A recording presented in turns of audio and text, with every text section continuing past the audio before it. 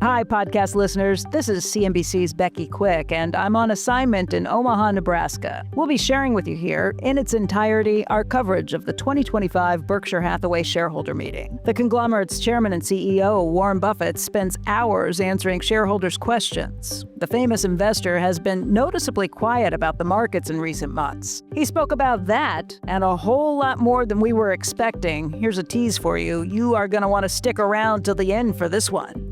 What you'll hear coming up is the audio of what aired on CNBC. Mike Santoli and I covered the events of the day, talking to Berkshire Hathaway board members, managers of portfolio companies, and shareholders too. And you'll hear what it was like to be in the CHI Health Center Arena in Omaha for 2 question and answer sessions. So settle in, grab your peanut brittle, and let's get started.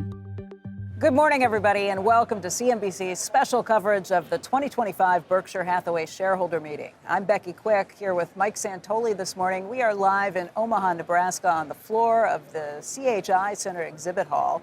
That's where Berkshire companies are selling their wares to shareholders. They have been doing that since yesterday. In fact, right now, you're looking at a live picture. That's Warren Buffett arriving behind the scenes. You can see him walking through with Melissa. Melissa's in charge of this whole place, right, this whole operation. She's really set things up for us. And backstage this time around, it's been a little... There's the cane that he talked about in the annual letter. Yeah, kind of like remembering that it's there. But he is getting ready to go up on stage and prepare for some of these issues that are here. Greg Abel is already here, the vice chairman, who is the heir apparent. He's here and preparing behind the scenes as well. And I have to tell you, Mike, it's been... a little chaotic this time. Even behind the scenes, there are extra security here. There's Secret Service here because Hillary Rodham Clinton is here and has a seat on the floor. And that has added to some of the secure measures that are always pretty secure here this time around. Sure. The shareholders right now are taking their seats, and that comes ahead of Warren actually making his way up to the stage. Everybody I've spoken with in the last day or two, and many of them have been coming for years, have remarked on how it seems more busy, how it seems like there's just a little more density of people, a little more fuss. So yeah, 138,000 tickets were requested ahead of time. That's up 10,000 from last year. They don't anticipate all of those people are going to be here. This place only holds 40,000. Right. But it felt very busy yesterday. The lines just to get in to shop here on the floor were around the corner, edging back and forth. This morning there were protests outside. Yeah. There were marketers outside trying to take advantage of the situation as well. Yep. And use up the attention that we give this thing. This is a shareholder meeting like no other. Absolutely. Yeah. Well, we'll give you a quick look at today's schedule. The morning question and answer session, as Becky said, kicks off at 9 a.m. Eastern. Warren Buffett, Greg Abel, and Ajit Jain will take questions for about 2.5 hours.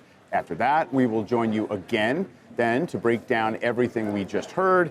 Right around noon, Buffett and Abel will head back to the stage and sit for another 2 hours of questions.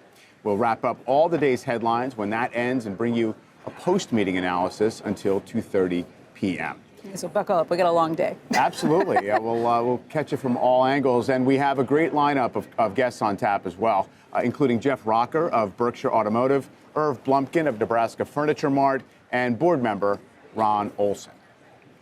Let's take a quick look. Of course, along with the start of the shareholders meeting, we do get results out of Berkshire Hathaway, with stock closed at an all-time high yesterday. We'll get you up to speed on those numbers. Coming into the meeting, we were looking for a handful of things. The stock, of course, sitting at an all-time high. The B shares up nearly 20% this year. The earnings this morning are showing a bigger drop in operating results than perhaps expected. There was a pretty significant drop in insurance underwriting earnings year over year, and the surge in the value of the Japanese yen led to foreign exchange losses. That's kind of a mark-to-market thing. Also, the equity portfolio did take a $5 billion also accounting loss. It's not really relevant because it just says stocks were down as of March 31st on a year-to-date basis. Yeah. Now, overall, the headline is that earnings did come in well below expectations. I would say kind of a steady as she goes in the operating businesses, along with that slight decline in insurance underwriting.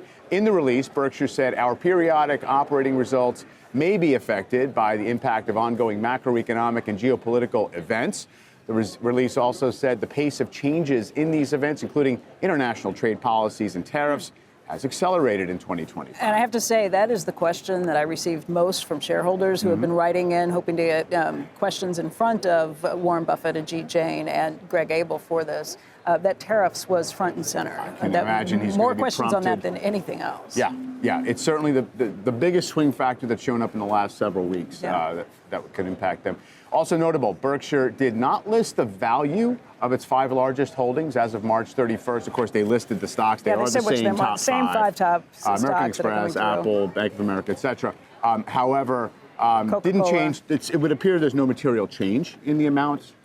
In terms of buying or selling. One thing that is notable that we've been watching is just that cash hoard. Absolutely. Did he put any of that money to work before March 31st? And the answer is no. That cash hoard actually grew. If you're looking at the numbers, at the end of 2024, it was $334.2 billion. Now, at the end of the first quarter, it's $347.7 billion. And that's substantial. I mean, it's a small buildup from where we were at the end of the fourth quarter, but it is a substantial buildup from where we were just a couple of years ago at the end of 2023. Absolutely. Just, look, it's coming in the door every day, and it'll pile up if you don't do something with it, right? Yeah. All the dividends, all the T-bill interest, everything else that's coming in. So clearly that story's going to remain. The question of, is it a market call or is it simply the lack of compelling huge opportunities? Now, the one interesting thing is the market really got volatile in April after the close of the quarter. Absolutely. So we don't know if he was putting money to work in the month of April when the market was really 100%. volatile with some of these things coming through. One interesting statistic, and I got this off of AI, looking through some of these things, the cash hoard that Berkshire has is now greater than the cash that 4 big tech companies have: Apple, Microsoft, Google, and Amazon combined. Yeah. You always think of those big tech companies as having so much cash, not knowing what to do with it. Well, Berkshire's got more than those 4. Well, they're using it to build data centers. Yeah. They also buy back a lot of stock. Actually notable, Berkshire Hathaway did not buy back any shares in the latest quarter, which is not too much of a surprise because Buffett kind of lays out the parameters under which he'll repurchase stock. It has to be at a certain valuation. And the stock is trading rich right now, as we was talking about yesterday, about 1.8 times book value at last report.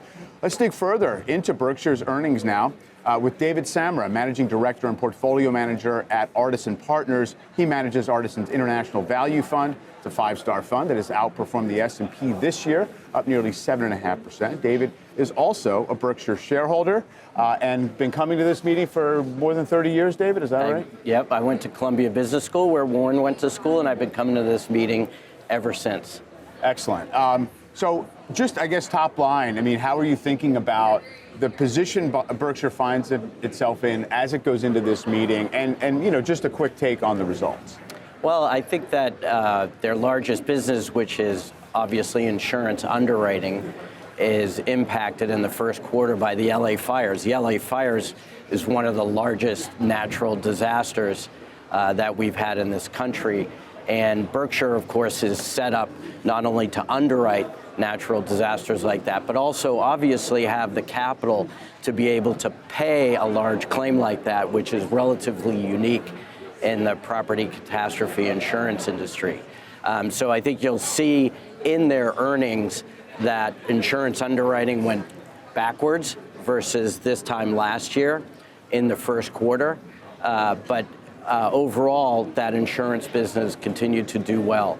We also saw in their second largest group of business, which is their manufacturing and retail operations, that there was just modest growth, which I think is reflective of what's happening with GDP generally.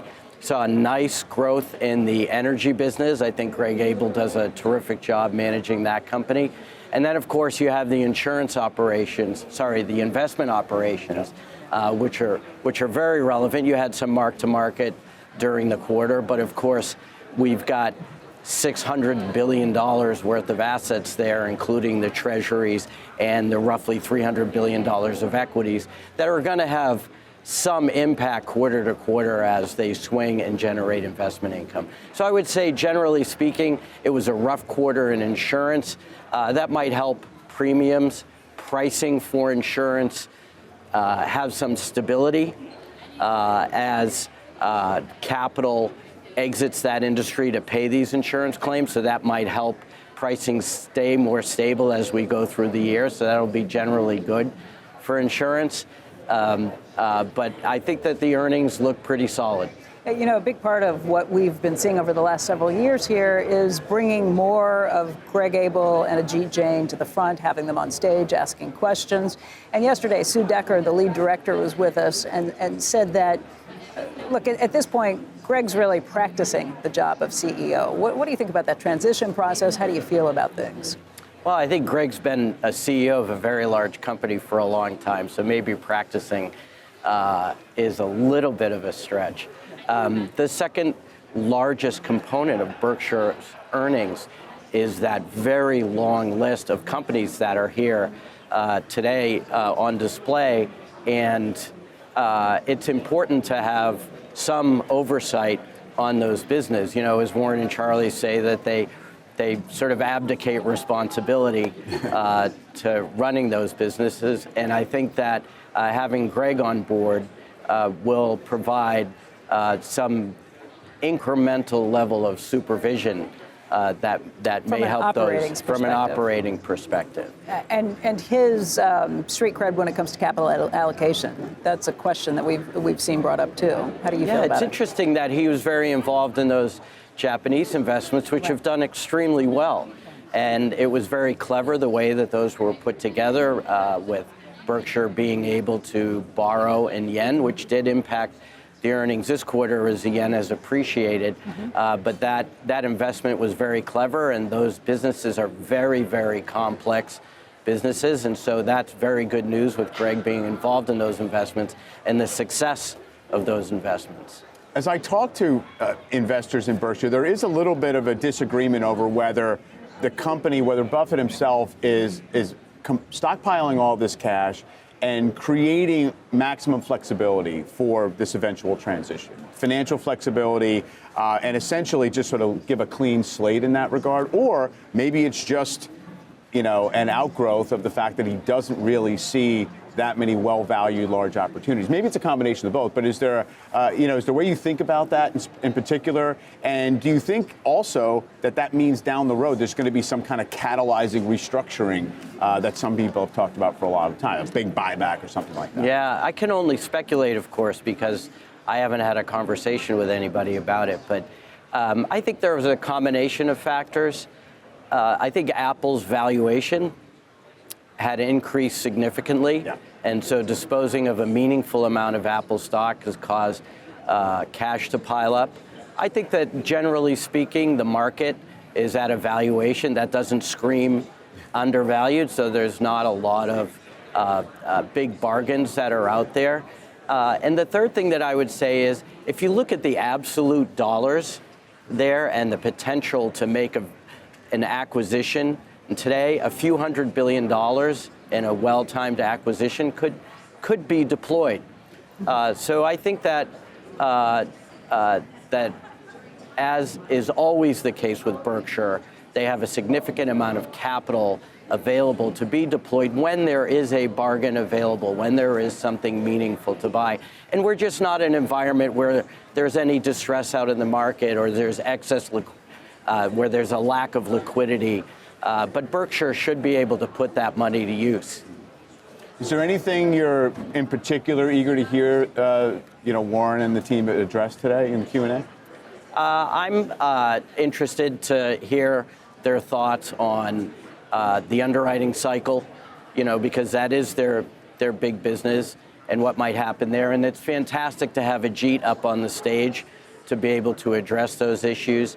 There are some wildfire issues that have been impacting the energy business, so it will be interesting to see if they have any commentary around that.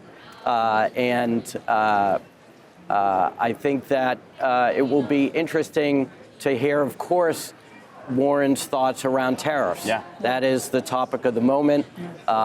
Warren owns a number of businesses. You could look at Fruit of the Loom, for example, or Brooks, where the manufacturing is done largely over in Asia or in other parts of the world, and tariffs should have a meaningful impact on those businesses. Yeah, I'll tell you, I talked to the Benjamin Moore CEO yesterday, and they used to manufacture paint in Canada. They stopped in 2015. They are in the process of matching up with a partner so that they can start producing again in Canada, just so that they can have some cans that they can tell the Canadians are produced there to avoid the anti-American backlash. And they said they're going to have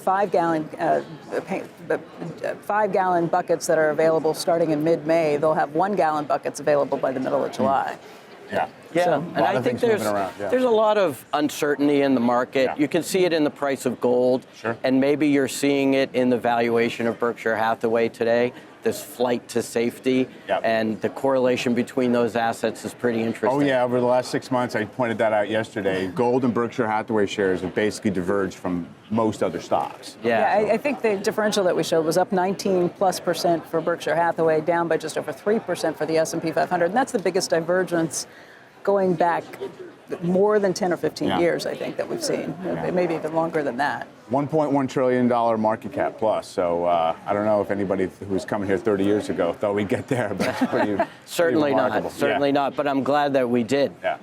David, great to have you here. Thanks you very much for having me. Thank you. All right. Well, Apple remains one of Berkshire's top 5 holdings, according to today's report. Shares finished the week lower by about 2%. They snapped an 8-day winning streak yesterday, despite beating on the top and bottom lines after the bell on Thursday. Let's bring in CNBC technology correspondent Steve Kovac to discuss Apple. Hey, Steve.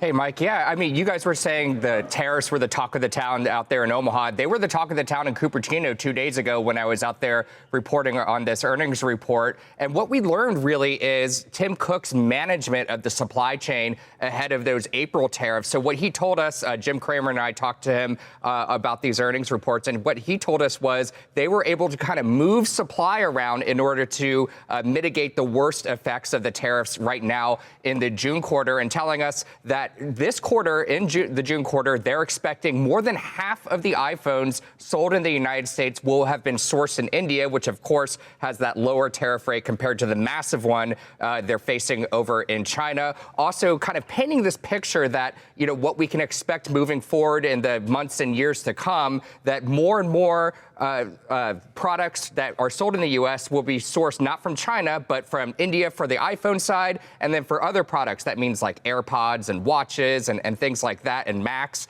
that's all going to come from Vietnam. In fact, if you go out and buy one of those products right now and look at the back of it and see where it's made, it's likely going to say Vietnam right now. So, and a lot of this started years ago, especially during COVID, when they had all those COVID shutdowns and things like that. But look, guys, the headline number, of course, is they're still expecting an impact from these tariffs. $900 million cost is what they're estimating, and it's going to hit margins just a little bit. Margins are still strong, between 45.5% and 46.5% is what they're estimating here. And then there's the clarity beyond the June quarter, which is what investors were really pushing for and analysts are really pushing for on the call. We saw a couple downgrades on Wall Street yesterday because of this. There's just no clarity what the tariff picture really looks like beyond the June quarter, and that's why we saw shares down better than 3.5% yesterday, guys. Hey, Steve, I will tell you, Tim Cook is here. He's been coming to this meeting for many years at this point because Apple's his largest shareholder, and, you know, Apple is Berkshire's largest stake, or has been. We don't know exactly what the latest quarters. He's here. Saw him from afar last night, and I was just out on the floor of the convention center. There's not only a seat for Tim Cook, but about 4 guests. It just says Cook, Cook, Cook across 5 seats. So he's going to be here in the audience. I think he wasn't there just now. I was hoping to grab him beforehand. Didn't make it because I think we started a little earlier than we generally do with this programming. But obviously, it's a big question, and one that some shareholders had written in questions about, too. Why the sales in Apple and how big of a position it's going to continue to be. Yeah, I mean, and Steve, it is still, Berkshire owns 2% of the company at last report. So it's not as if this is, a sort of a trivial by far their largest holding investor in Apple right now. So I'll also be interested to hear, Steve, do you think there's been any discernible demand effects, aside from the tariffs, if in fact overseas, a lot of what you see in terms of maybe backing away from American brands even bears on Apple at all? Yeah, 2 things. Well, first, let's talk about American demand real quick, because this was really interesting. What Tim Cook told me a couple days ago was, remember, ahead of those April 2nd tariff announcements, everyone was kind of talking about pull forward demand. Are we going to see people rushing out buying iPhones ahead of time? Tim Cook told me he saw no evidence of that, at least in the March quarter, that people were kind of anticipating and buying ahead of time, and therefore implying the growth we saw in iPhone was organic demand. This was, forget tariffs. This was people were just excited to buy the new phones. They had a new model that launched.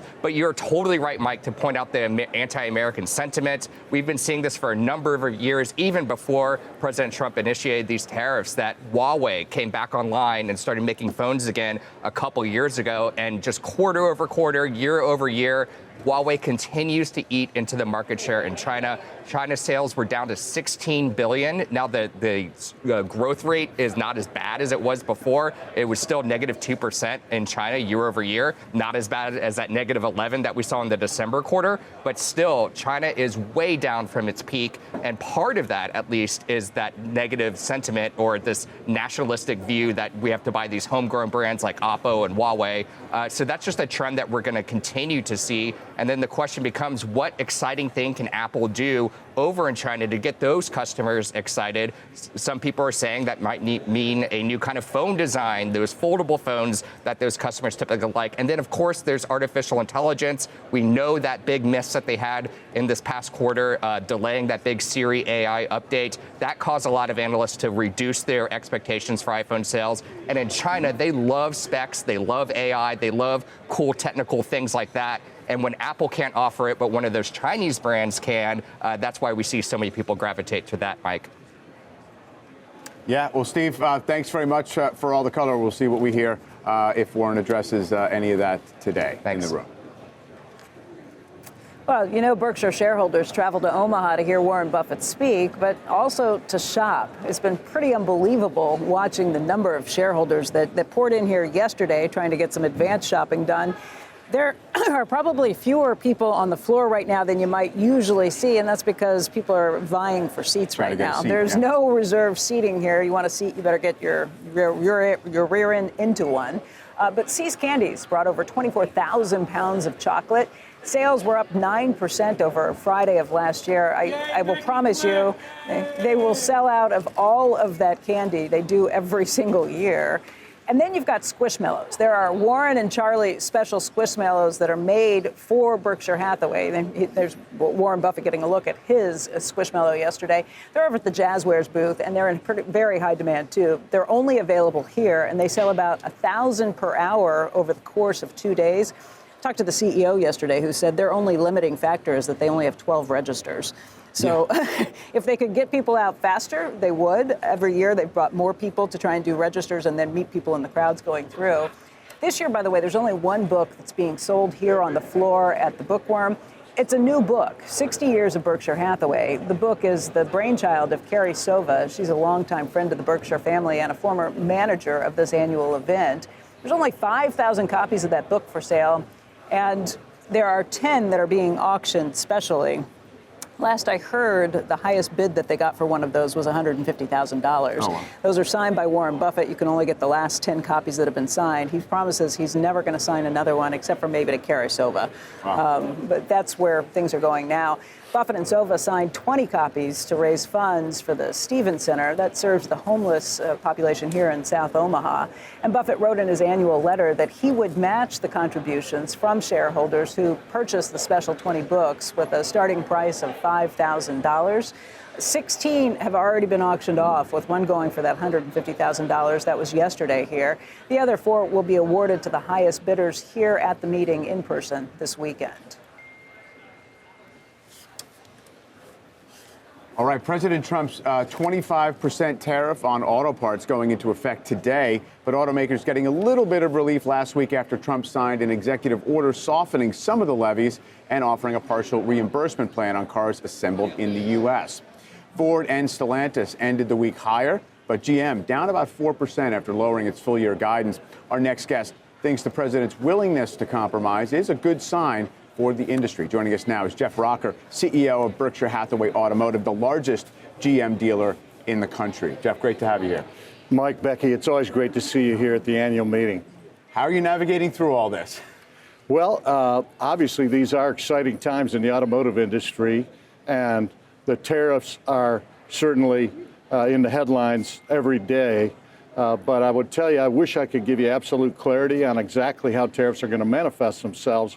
But I can tell you what we've seen so far and the impact of tariffs in our industry so far, and that is the last couple months, a surge in sales. And that obviously is being driven by consumers that want to beat the tariffs, so to speak, because the inventories that are on our dealership lots today are obviously not burdened with tariffs. So while we don't know what the future will look like in terms of tariffs, we are enjoying a couple of months of FOMO out there as consumers rush to take advantage of these non-tariff cars in inventory. Jeff, I'll tell you very quickly, we were just watching Tim Cook make his way into the floor of the convention center. You know, this is a little bit of star sighting here Yes, at the of course, Berkshire I Hathaway annual understand. meeting. Tim Cook making his way through, and we're expecting more people Well, it's always great to see Tim here. Yeah, it is. As you were just highlighting, Berkshire's still a significant shareholder.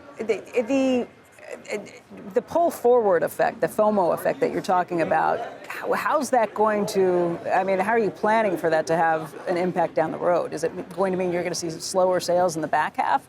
Or is this like a one-off FOMO that you don't think will have a big impact later? Well, I think that this FOMO syndrome is different than what we saw during COVID. And I think that it is much more temporary and fleeting. In fact, the demand peaked already, we believe, in the month of March with a 17.8 million SAR. The SAR in April, while still above run rate, was just 17.3 million units. And we look for probably another month that's above run rate, maybe in the mid to high 16s next month. But we're already seeing some of that surge in demand moderate. And I think it is prudent to consider it pull ahead. And so what we would forecast is that we're going to see business normalize over the next few months. And then as vehicles become burdened with tariffs in the second half of the year, that it's likely there will be some offset to these strong sales that we've enjoyed the last couple of months. But we're still optimistic about the year in total. We think it'll be lumpy, but going into this year, most industry experts predicted a 16 to 16.5 million unit SAR. We were at that run rate through the first 2 months of the year. Then when tariffs were announced, again, we had that 17.8 to 17.3 last month. But I think for the full year, I would still guide to a 16 to 16.5 million SAR. Again, you may see Q2 be the peak and Q4 be the trough. And then I think as we turn the page into 26, while we don't have a crystal ball, that's likely to be the new normal, because we won't have inventories that are fully burdened by tariffs until late in the third quarter and the fourth quarter. It's going to be tough, I guess, in that environment, though, to respond to lower. Oh, we're actually seeing Greg Abel here talking to Warren Buffett as well. Right. Yeah. So it looks like they're getting ready to actually go up the stage. Here, yeah. Looks like Warren's making his way back to the ramp that leads up to the stage. Yeah. Just quick, I was going to say it's going to be tough to try to get prices down or create deals, create incentives in that environment, right? You already have an affordability issue. Well, affordability, Becky, when we talked last year, that was one of our key topics, and it remains the biggest challenge in our industry. Obviously, the inflation of vehicles over the last 4 or 5 years and higher for longer rates have driven car payments to where it is an affordability issue for many consumers. But the consumer's been resilient. And I do want to share my own perceptions, and that is that the administration, I think, is learning a lot about the unintended consequences of the originally kind of shock and awe announced tariffs. I also think that we've got very, very smart people running the OEMs and in the supply chain. And I think between some prudent compromises from the administration, coupled with some prudent measures by the manufacturers and the suppliers, that the ultimate manifestation of tariffs will be much more moderate than what has been perceived in the headlines. That certainly is the hope. Jeff, thanks for spending some time here. We're actually seeing Hillary Clinton walk into the meeting. Hillary Rodham Clinton, as Becky mentioned, she would be in attendance here. We are just a couple of minutes away. Becky's making her way into the arena for her official role in moderating the Q&A. Before that first Q&A starts, I do want to remind you of today's schedule. We'll hear from Warren Buffett, Greg Abel, and Ajit Jain in just a few minutes in that Q&A session. It will last about 2.5 hours. Becky will rejoin me for the halftime show.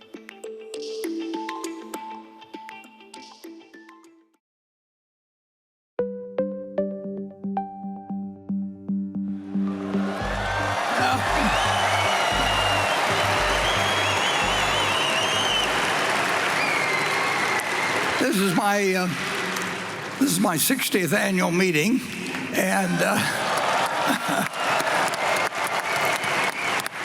and it's the biggest, and I think it'll be the best yet. And I would, before I start, I'd like to give you a few figures from yesterday, because we set all kinds of records.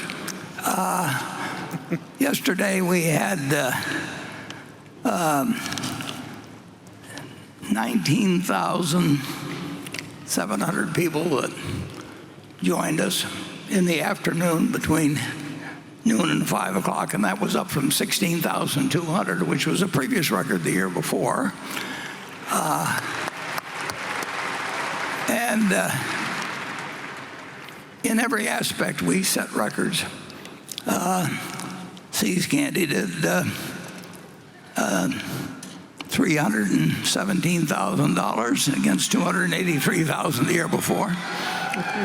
And most of these were limited by capacity. I mean, there were lines there throughout the total day.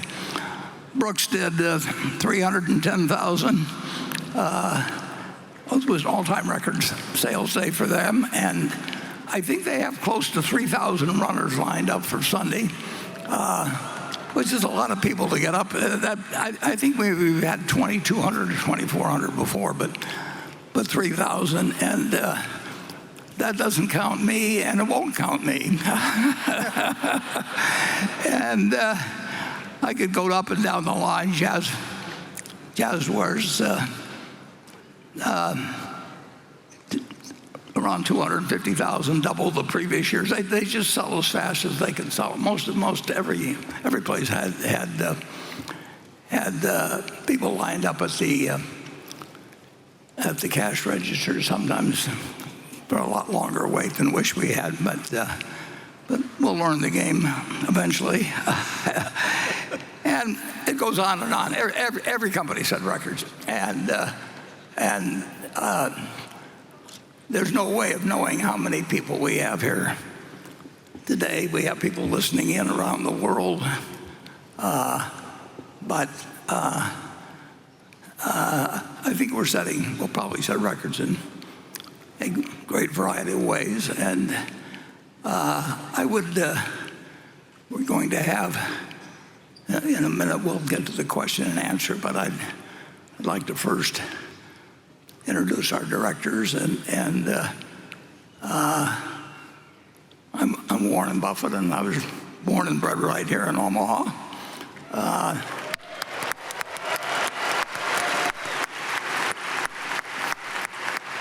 We have Greg Abel. He was born and bred in Canada. And we have Ajit Jain, who was born and bred in India. So we have a very diverse group. And in the audience, and I will introduce them alphabetically, and if they'll stand as I introduce them. And I know it'll be an effort, but withhold your applause till the end so that we can get through the list. But we'll start alphabetically with Howard Buffett. Howie, would you stand? And withhold the applause. It'll go to his head. Susan Buffett. We have Steve Burke, Ken Chenault, Chris Davis, Sue Decker. Sue's our lead director. Charlotte Guyman, Tom Murphy Jr., Ron Olson, and I'll have a few, and when we finish, I'll have a few more things to add about him, Wally Weitz, and Merrill Whitmer. And with that, you've got our all-star cast.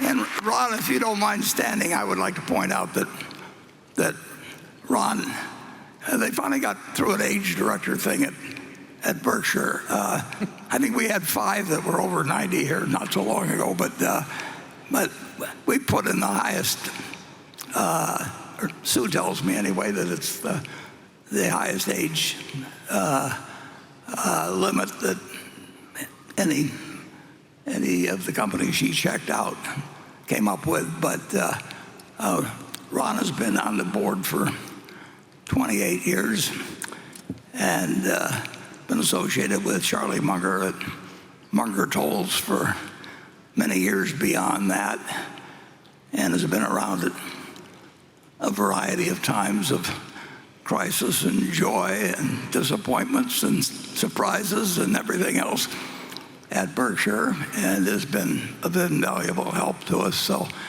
I think I'd like to give a special hand to Ron Olson.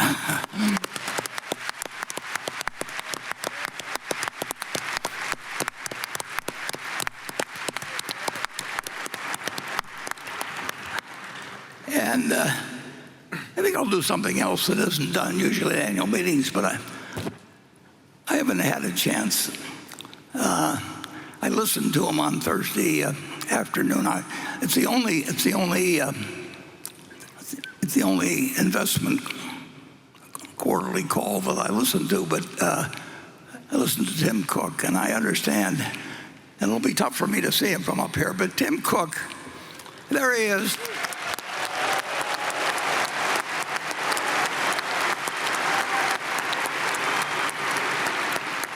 I'm somewhat embarrassed to say that Tim Cook has made the Berkshire a lot more money than I've ever made Berkshire Hathaway. So credit should be given to him for. I knew Steve Jobs briefly, and Steve, of course, did things that nobody else could have done in developing Apple. But Steve picked out Tim to succeed him, and he really made the right decision. Steve died young, as you know, and nobody but Steve could have created Apple, but nobody could. But Tim could have developed it like it has. So on behalf of all of Berkshire, thank you.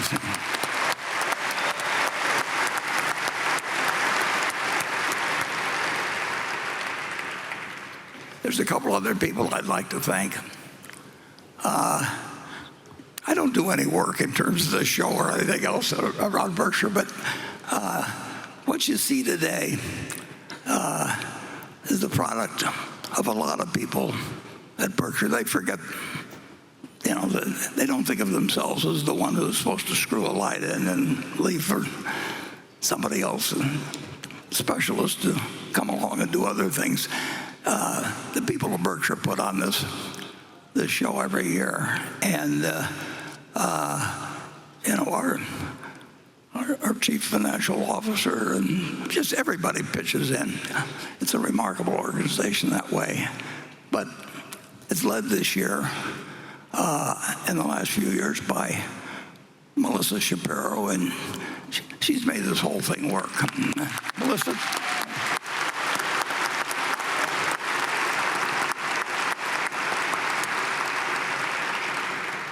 And then we got an idea a while back, many years ago. I'll take it all the way back. Maybe 65 years ago, I met Carrie Sova's grandfather and his wife. Lois. They had 9 children, and Susie and I joined a Playhouse group, And I don't look like the kind of guy that would join a playhouse group, but it turned out to be a great move in many ways. First of all, I enjoyed the plays, but beyond that, I met not only Carrie's grandfather, who ran an insurance company in Omaha, Bill Kaiser, but I also met the Blumkin boys'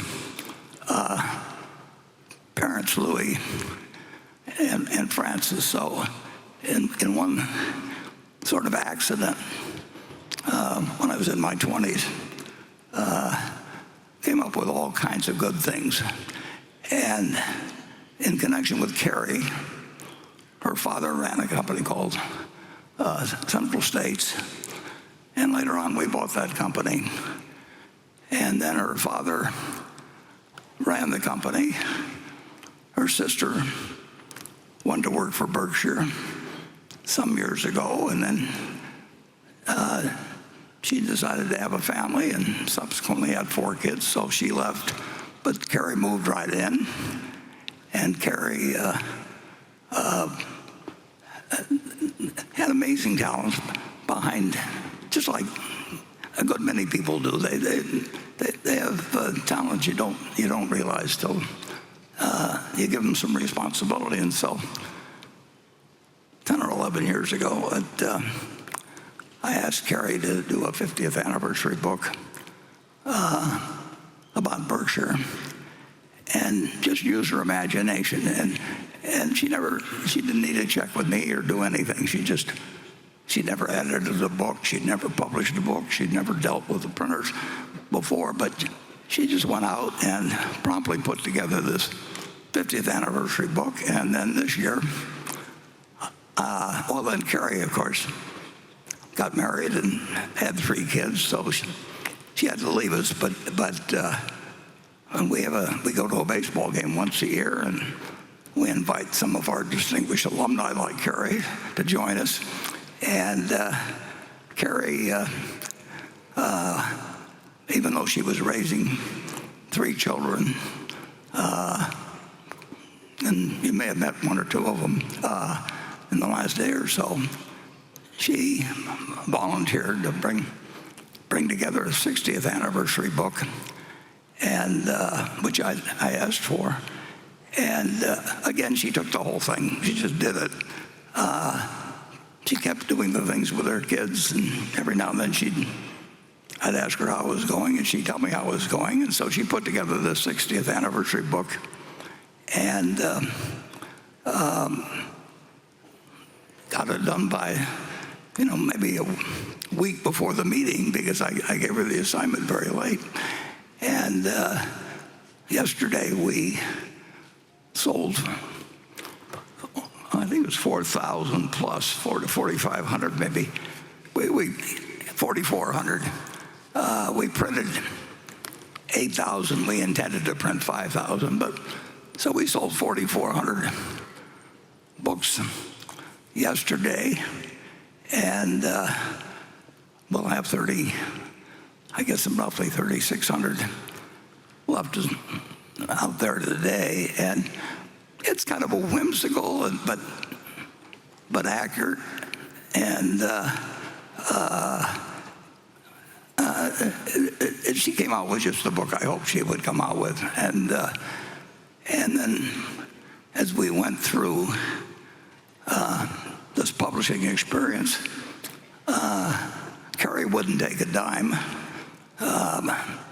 but I did get her to name her favorite charity, and the Stevens Center, which takes care of homeless people and does a great many other things. It's located about 5 or 6 miles from where we are here south. Has been doing a wonderful job. Her grandfather helped form it. Her husband's now joined the board, and we are selling 20 copies of, this is a commercial place, isn't it? We are selling 20 copies that We sold 10 prior to the meeting. That's all we let them sell. And we raised a few $100,000 doing that. I think we sold one for $100,000.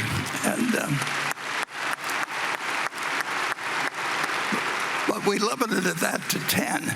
And the only difference in these and the $25 version is that Kerry and I signed them. But we saved 6 for yesterday. And the 6 brought $148,000, which is a pretty good average per book of about $20,000.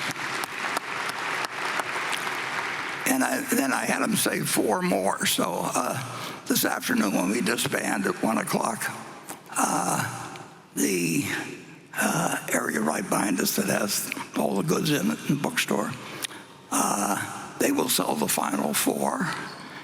And when we get all through, I'll match whatever we've raised for the 20, and we'll give the Stevens Center a boost, both in financially but also in awareness. So anyway, that.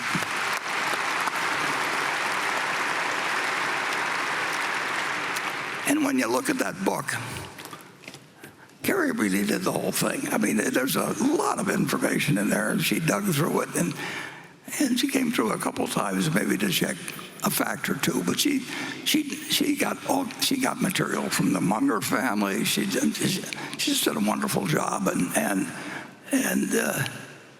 I couldn't get her to take a penny for it. So I'm going to ask her to do a lot of other things in the future. Okay. With that, I think we've covered all the business. So we will move to Becky's questions that she's received from, I don't know how many she's received, but from all over the country and perhaps outside the country. And she's picked out a group of them, which she has not shared with me. And we will alternate questions between Becky and the audience, which we have by zones. And with that, I will turn things over to Becky for the first question. Thanks, Warren. This first question comes from Bill Mitchell. I received more questions about this than any other question.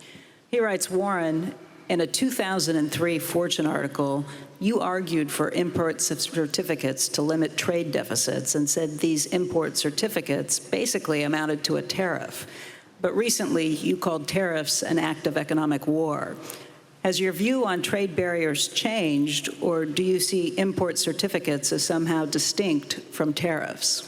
Yeah, well, the import certificates were distinct, but their goal was to balance imports against exports, and so that the trade deficit would not grow in an enormous way. In fact, it would have, and it had various other provisions in it to help third world countries at that time, as they were called, to perhaps catch up a little bit. And they had a variety of aspects to them, but basically they were designed to balance trade. And I think you can make some very good arguments for the fact that balanced trade is good for the world, and the more balanced trade there is, the better. It will continue to be better for cocoa to be raised in Ghana, and coffee in Colombia, and a few things. And over time, the American industry has gone from being an agricultural country. This was nothing but an ag country. I mean, virtually, and that was only 250 years ago. And we have become a very industrial country, and we did not want to make that a situation, in my view, where we ran greater and greater deficits, building up greater and greater debts against the country. So I designed this import certificate thing, which Charlie thought was a little too much like Rube Goldberg. I don't know whether that name is, but it's gimmicky. But it's certainly a lot better than anything I think than we're talking about now. And there's no question that trade can be an act of war, and I think it's led to bad things. Just the attitudes it's brought out in the United States. I mean, we should be looking to trade with the rest of the world, and we should do what we do best, and they should do what they do best. And I don't think it.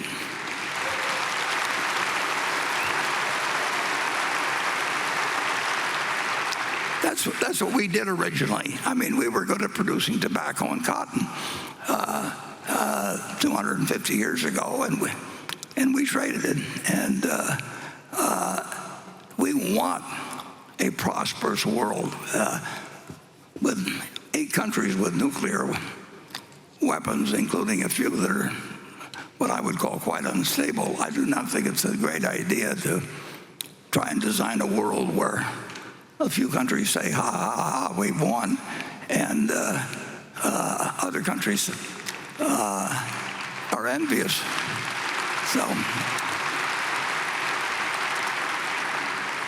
So my import certificate idea, which went no place, I think we've got extra copies, Rob. With not a great demand for the copies. If anybody and if you'd like, and write the office, I think we could probably send you a copy of it. But the main thing to do is not use.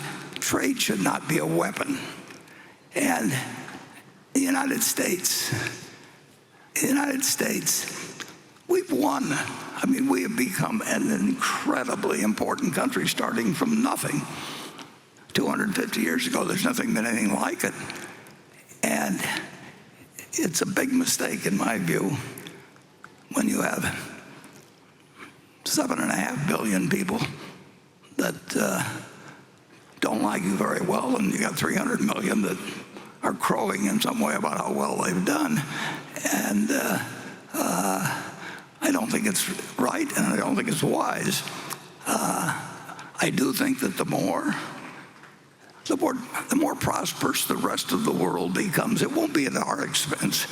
The more prosperous we'll become, and the safer we'll feel, and your children will feel someday. So that's.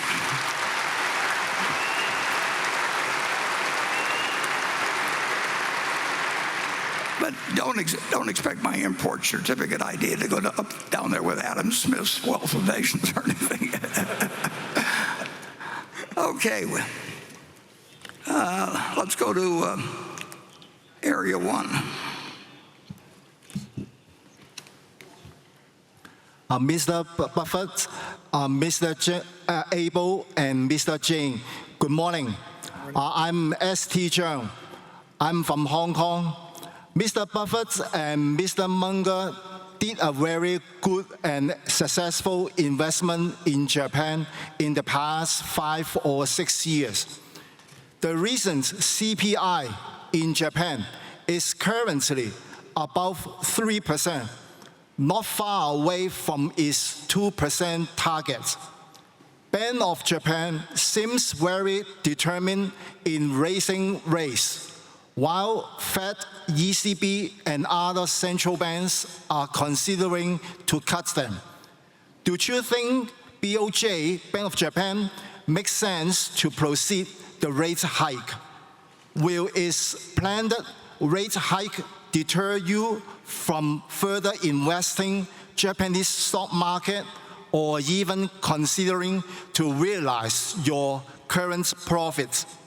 Thank you very much for arranging this greatest event every year. Finally, I wish you healthy always and keep holding this shareholder meeting. Thank you.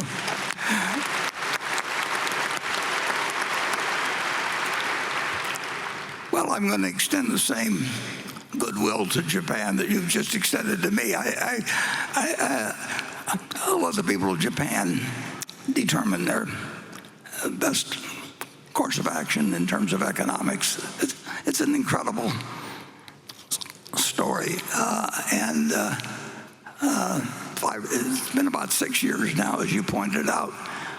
I was just going through a little handbook that probably had 2,000 or 3,000 Japanese companies in it. One problem I have is that I can't read that handbook anymore. The print's too small. But and here were these 5 trading companies. They have a special name for them in Japan, but they were selling at ridiculously low prices.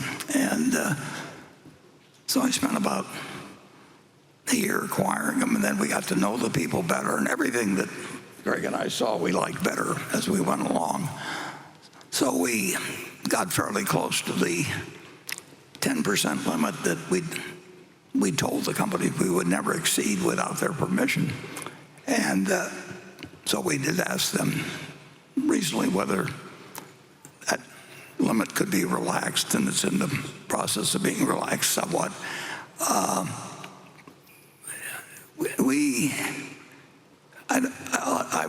I would say that I'll speak for Greg beyond me, that in the next 50 years, and I hope he's running things then, we won't give a thought to selling those. I mean, Japan's record has been extraordinary, actually, in terms of that. My guess is that Tim Cook would tell you that iPhone sales there are about as great as any country outside the United States. American Express would tell you that they sell their product very, very well in Japan. Coca-Cola, that we do business with, another big investment of ours, they do extraordinarily well in Japan. They have a number of habits in a civilization that operates differently than ours. Japan is by far the biggest. This is the container they've always preferred for soft drinks, and they have a whole different sort of distribution system there.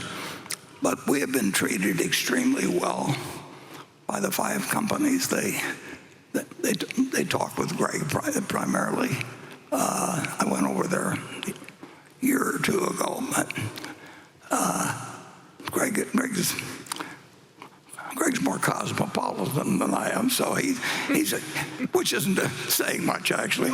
But very little. But he is. I don't know. How many times do you think you've met with representatives of one company to the other? Yeah, when you think of the 5, there's definitely a couple meetings a year, Warren. And I think the thing we're building with the five companies is, one, it's been a very good investment, but we are really, as Warren touched on, we envision holding the investment for 50 years or forever. But I think we also are building relationships to do incremental things with each of those companies. And we really do hope to do big things with them globally. They bring different perspectives and different opportunities, and we see, and that's why we're building that long-term relationship with them. It's super long-term, and they have they have different customs. They have different approaches to business. That's true around the world,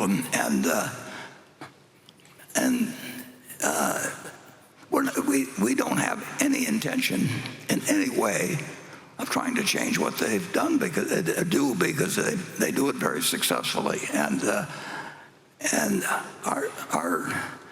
our main activity is just to cheer and clap, and that I can still do at 94. So we will own those.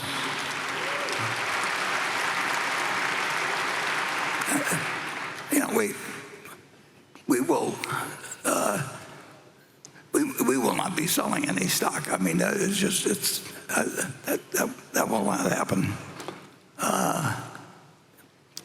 In decades, if then. And my guess is that they will find things, because they cover the world pretty much, the 5 trading companies. We will find things occasionally that may be very large for any individual company there. They may in some way be assisted by some help we bring to the situation. But that will be an expanding relationship. It's too bad that Berkshire has gotten as big as it is, because we love that position, and I'd like it to be a lot larger than it is. But even with the 5 companies they're very large companies, and they're large companies in Japan. And we've got at market, in the range of $20 billion invested, but I'd rather have $100 billion than $20 billion, and that's the way I feel about it. Several other investments we have, but size is an enemy of performance at Berkshire, and I don't know any good way to solve that problem, but Charlie always told me that having a few problems was good for me. I never quite understood that, but if you listened to him moralize, you would understand. And it's not an impossible problem at all. And the Japan investment has just been right up our alley. You want to add anything on that, Kurt? No, I think you've touched it, but as you said, it's right up our alley, and I absolutely agree, Warren. I do believe we'll see some very large opportunities long term. Sure. And that's just been a great plus of that relationship.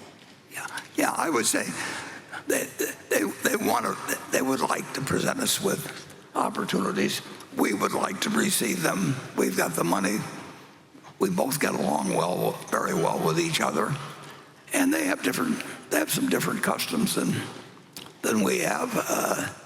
They drink the #1 Coca-Cola product. They drink over there something called Georgia coffee. I haven't converted them to Cherry Coke, and they're not going to convert me to Georgia coffee. But it's a perfect relationship. I just wish we could get more like it. And I never dreamt of that when I picked up that little. It wasn't so little, it was about that thick, but sometimes 2 companies to a page, and a couple thousand pages, I believe. But it's amazing what you can find when you just turn the page. We showed a movie last year that about turn every page. And I would say that turning every page is one important ingredient to bring to the investment field. And very few people do turn every page, and the ones who turn every page aren't going to tell you what they're finding. So you got to do a little of it yourself. Okay. Becky? This next question comes from Advait Prasad in New York.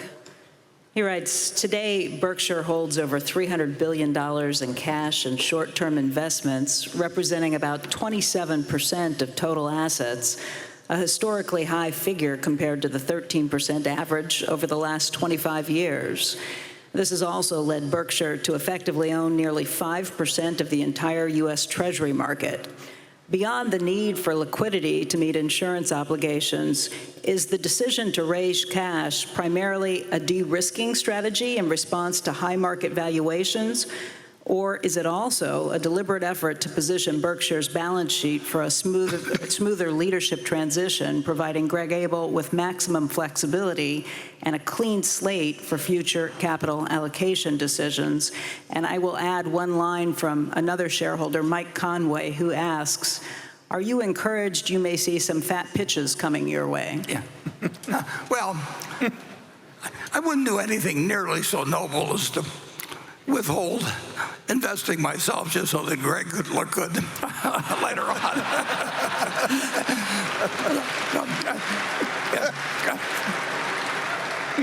Now, if he gets any edge when I leave, I'll resent it. So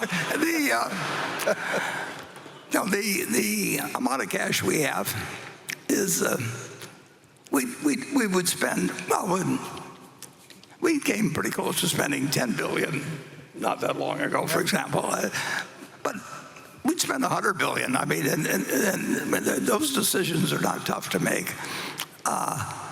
When something is offered that makes sense to us and that we understand and offers good value and where we don't worry about losing.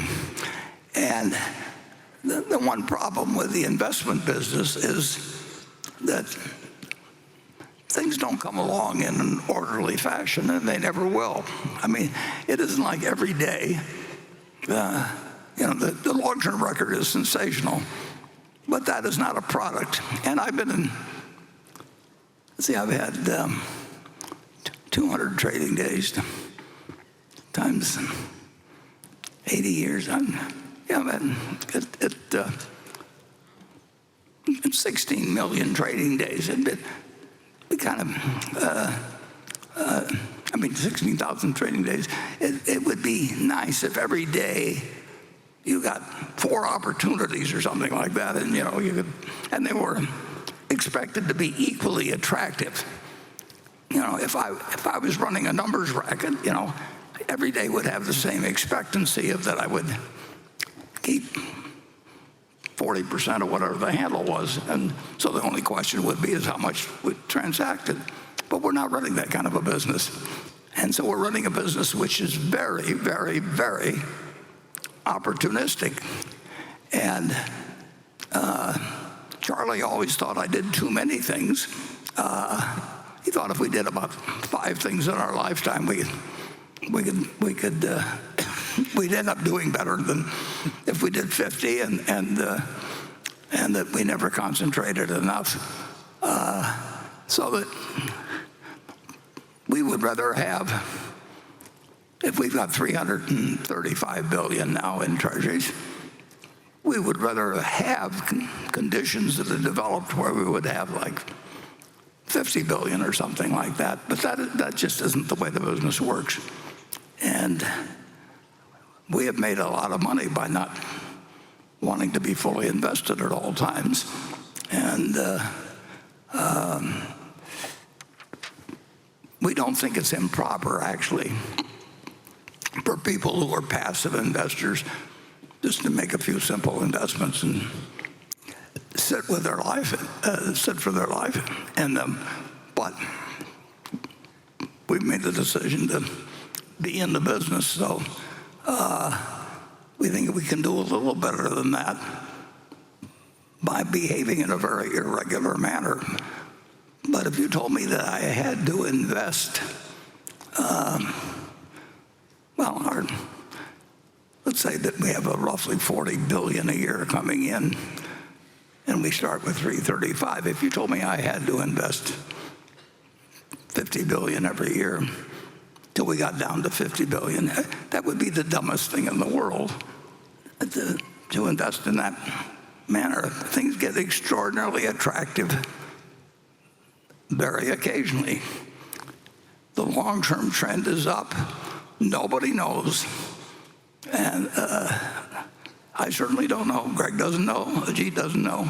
Nobody knows what the market is going to do tomorrow, next week, next month, and nobody knows what business is going to do tomorrow, next week, or next month. But they spend all their time talking about it because it's easy to talk about, and but it has no value. I've never found anybody I wanted to listen to on the subject, and on the other hand, I've found that leafing through things like that big Japanese book that I can't read anymore,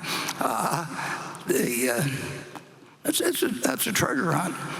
And every now and then you find something, and occasionally very occasionally, but it'll happen again.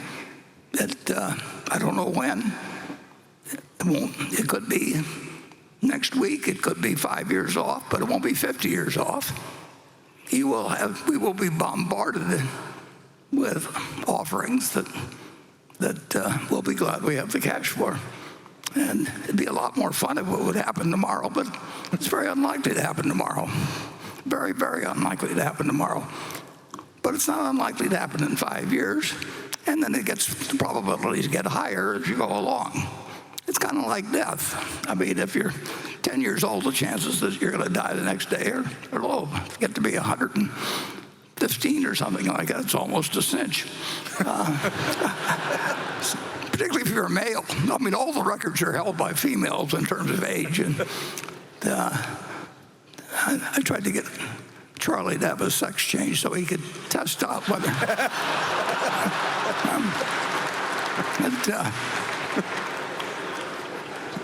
He did pretty well for being a male, I'll put it that way. Okay. Station 2. Good morning, Warren, Greg, and Ajit. My name is Jackie Han. I'm from China and now work in Toronto, Canada. This is my 8th Berkshire Hathaway meetings at this point. I've probably spent more time with you than most people spend on Netflix. As you might guess, coming from a Chinese family, we've always had a soft spot for real estate. So the real question isn't why don't you own a house? It's why are you still buying stocks instead of more property? So here is my question. With today's high interest rates and global uncertainty, do you still believe in being greedy when others are fearful, or the value investing facing new challenges in today's environment? Thank you. Yeah. Well, in respect to real estate, it's so much harder than stocks in terms of negotiation of deals, time spent, the involvement of multiple parties in the ownership. Usually when real estate gets in trouble, you find out you're dealing with more than the equity holder. But there have been times when large amounts of real estate have changed hands at bargain prices, but usually stocks were cheaper, but they were a lot easier to do. So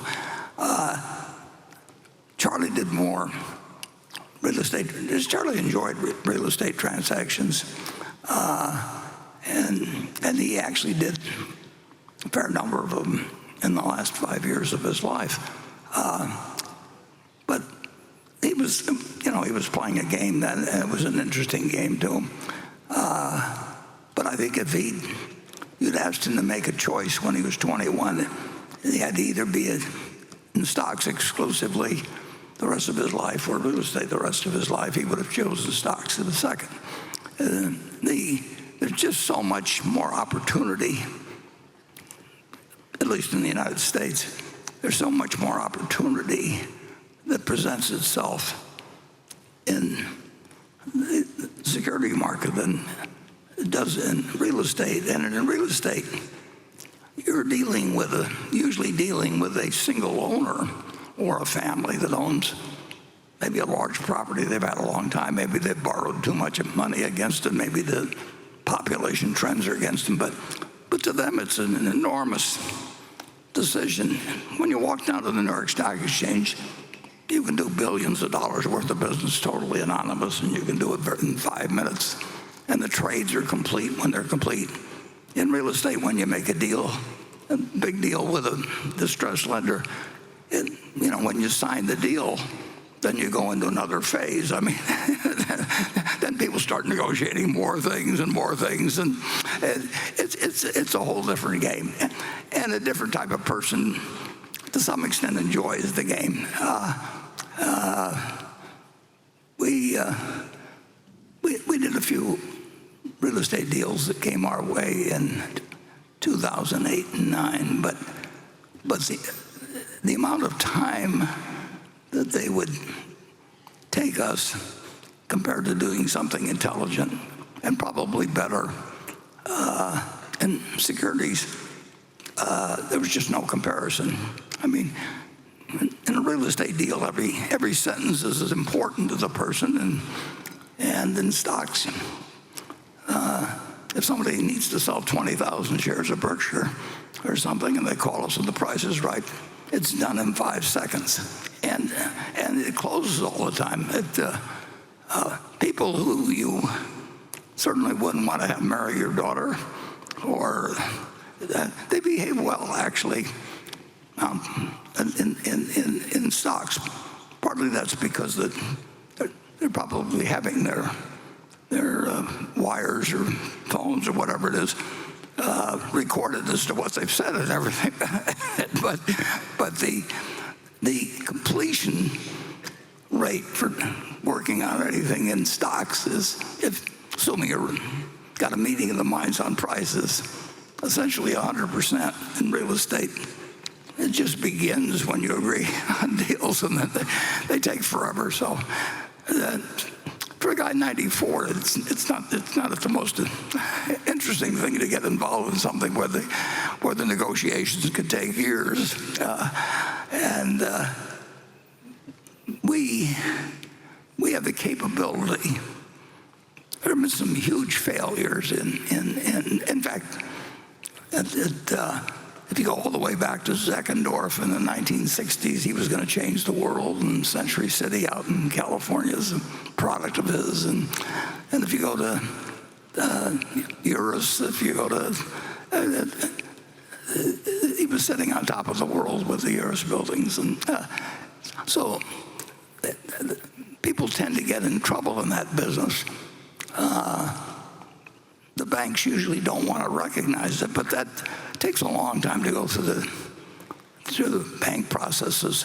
They just got through redoing the Musk loan that he did when he was buying it 3 years ago, the company that's now X.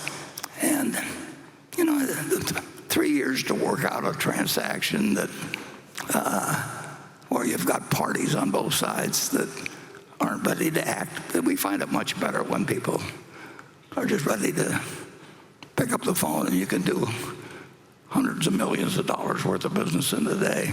I've been spoiled, but I like being spoiled, so we'll keep it that way. Okay, Becky. This question comes from Sam England in San Francisco, and it's for Warren and Ajit. As AI systems become more capable and harder to interpret, how do you see that affecting the insurance industry's ability to assess, price, and transfer risk? Are there parallels to past disruptions Berkshire has navigated in underwriting or capital allocation? Okay, Becky, and Ajit's got about 100 points of IQ on me, and he's just going to be here this morning, so I'm going to let him answer the question first. Well, there is no question in my mind that AI is going to be a real game changer, and it's going to change the way we assess risk, we price risk, we sell the risk, and then the way we end up paying claims. Having said that, I certainly also feel that people end up spending enormous amount of money trying to chase the next new fashionable thing. We are not very good in terms of being the fastest or the first mover. Our approach is more to wait and see until the opportunity crystallizes and we have a better point of view in terms of risk of failure, upside, downside. So right now, the individual insurance operations do dabble in AI and try and figure out what is the best way to exploit it. But we have not yet made a conscious, big-time effort in terms of pouring a lot of money into this opportunity. And my guess is we will be in a state of readiness. And should that opportunity pop up, we'll be in a state where we'll jump in promptly. Yeah, and I would just add, I wouldn't trade everything that's developed in AI in the next 10 years for a G. So if you gave me a choice,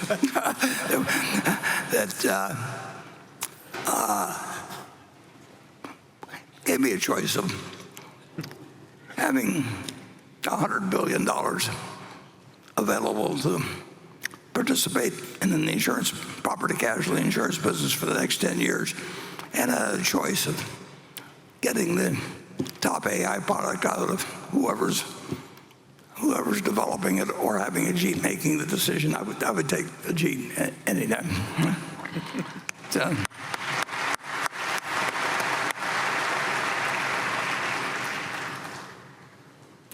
And I'm not kidding about that.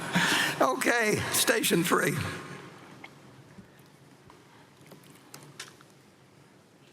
Hello, I'm Sean Siegel from Chicago, Illinois.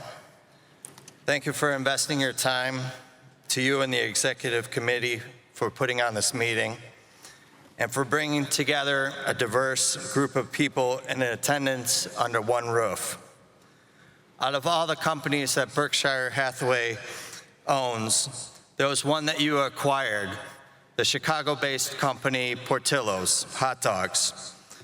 How did you know that this would be a good fit for the overall company's portfolio? Well, I'll have to ask Greg about that because I don't know anything about it. So maybe he bought it when I was looking the other way, but. I think I got to call a friend on this one.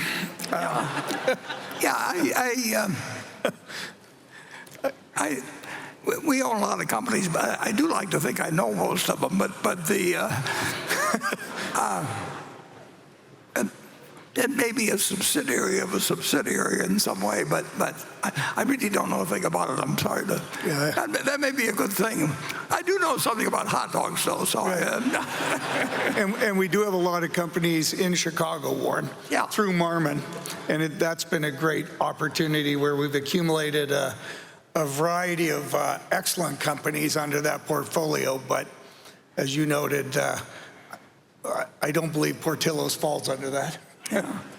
No, I look at the financial statements of about perhaps 50 or 60 of our companies every month.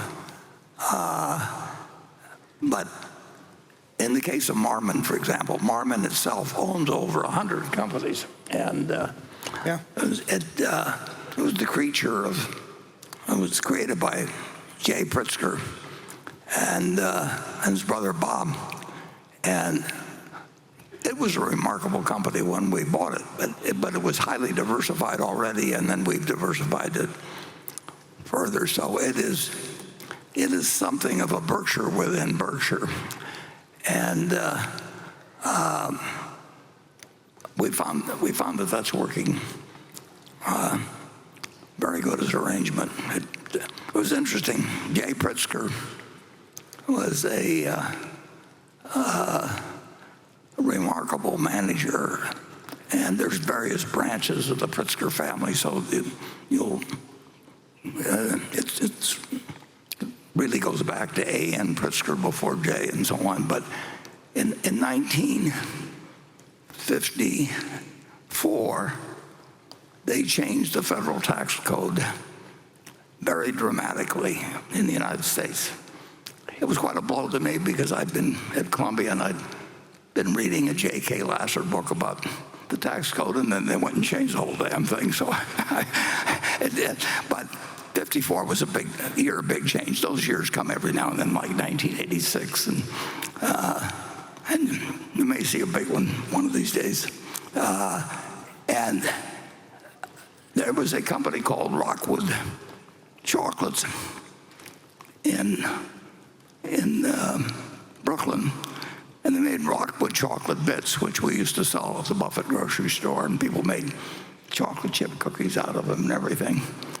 And then it turned out that cocoa, which lately has had a big run too, cocoa was 5 cents a pound in 1941 when LIFO was first allowed for insurance for tax purposes.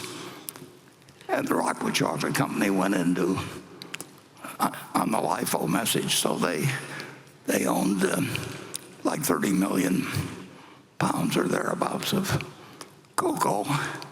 And then cocoa took a run in 1955. and I had just moved to New York. And there was a provision in the new tax code that if you were in 2 or more companies and you did certain things and you'd been in them for 5 years and you got out of one of them, that there would be no capital gains tax on LIFO inventory gains. And tax rates were on 48%, maybe 52%. And so there was this huge profit because the cocoa had gone up in price, but that made it terrible for them in selling Rockwood chocolate bits because the price at retail of the chocolate bits did not match what was going on at wholesale. Something almost identical has been happening in the chocolate business. Recently, Hershey Chocolate just came out and said they're going to have a bad quarter, and we're paying $4.50 a pound for chocolate from cocoa because things are going on in West Africa that make cocoa prices go up dramatically. In any event, Jay Pritzker bought control of Rockwood, the chocolate company. And like I say, I was 24 or 5 years old, and they called a meeting to split off one of the chocolate businesses in a way that would enable them to recognize the gain on these cocoa beans without paying roughly 50% federal taxes on the gain. So I went to the meeting, which was in Brooklyn, and nobody was there. This is in the turn every page category, except one guy. And I was 24 and he was 29, and it was Jay Pritzker. And nobody had showed up at the meeting, and it was kind of a crummy building they had, but they had a lot of cocoa there. And Jay just gave me a lecture, or a lesson, really, I should say, on the tax code. And I mean, I could have gone to graduate school for years and never learned as much as he did. And then later, we actually bought the company, that Rockwood company, after he did some other things, became the basis for Marmon. And Marmon, among other things, developed the car that won the first Indianapolis Speedway race. And it invented the rear view mirror, which I'm not sure is a great advantage in economics or anything, but the guy they used to have on the Indianapolis 500, they had 2 people in the car. One guy was to look back and see what the other people were doing, and the other guy was to drive the car. And our guy got sick, and so they invented a rear view mirror. So if you want to look at the kind of, what's going on in the laboratories of Berkshire Hathaway, and we've got people working on things like the rear view mirror. Hey, Warren? Yep. I'm happy a friend did call. So that still works. Peter Eastwood, who runs one of our Berkshire subsidiaries and does a great job of running it, tracked down that Portello's is owned by a private equity firm called Berkshire Partners. So that was the basis of the question, but it's not associated with Berkshire. So we got to the bottom of that one. Yeah. Thank you, Peter.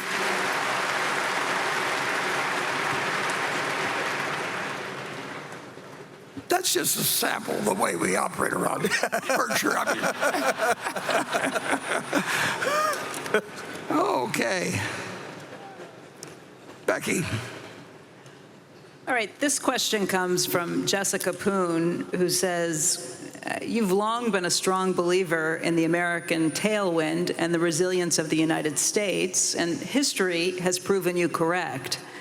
Today, the U.S. appears to be undergoing significant and potentially revolutionary changes. Some investors are now questioning the concept of American exceptionalism.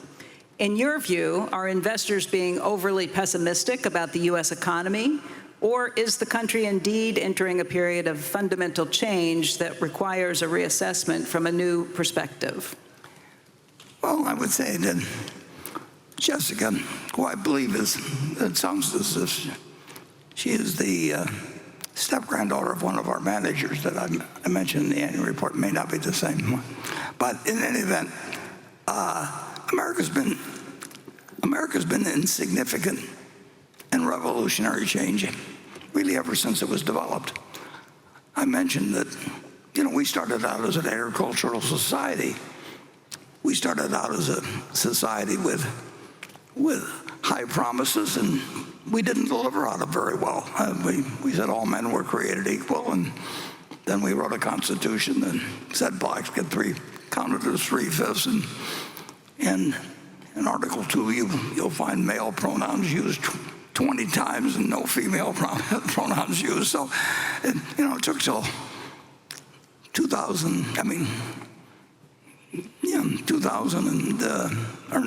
1920, I should say, till the 19th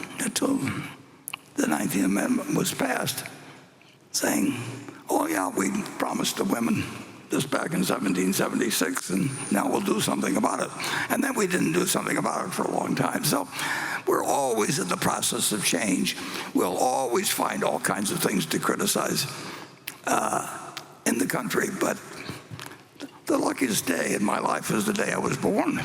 'Cause I was born in the United States, and at the time, about 3% of all the births in the world were taking place in the United States. And I'd like to say that I had something to do, so sent messages out to my parents, for God's sakes, move to the United States before I was born or anything. But I was just lucky. And I was lucky to be born male. I was lucky to be born white. And I was like all kinds of things. But if you don't think the United States has changed since I was born in 1930, we've gone through all kinds of things. And we've gone through great recessions. We've gone through world wars. We've gone through the development of an atomic bomb that we never dreamt of, at the time I was born. So I would not get discouraged about the fact that it doesn't look like we've solved a very problem that's come along. And if I were being born today, I would just keep negotiating in the womb until they said you can be in the United States. So we're all pretty lucky.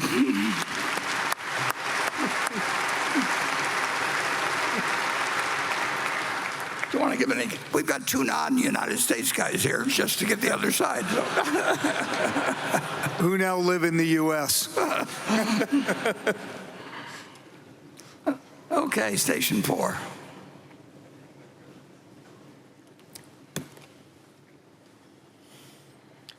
Hi, Mr. Buffett. My name is Daniel, and I'm from Tenafly, New Jersey.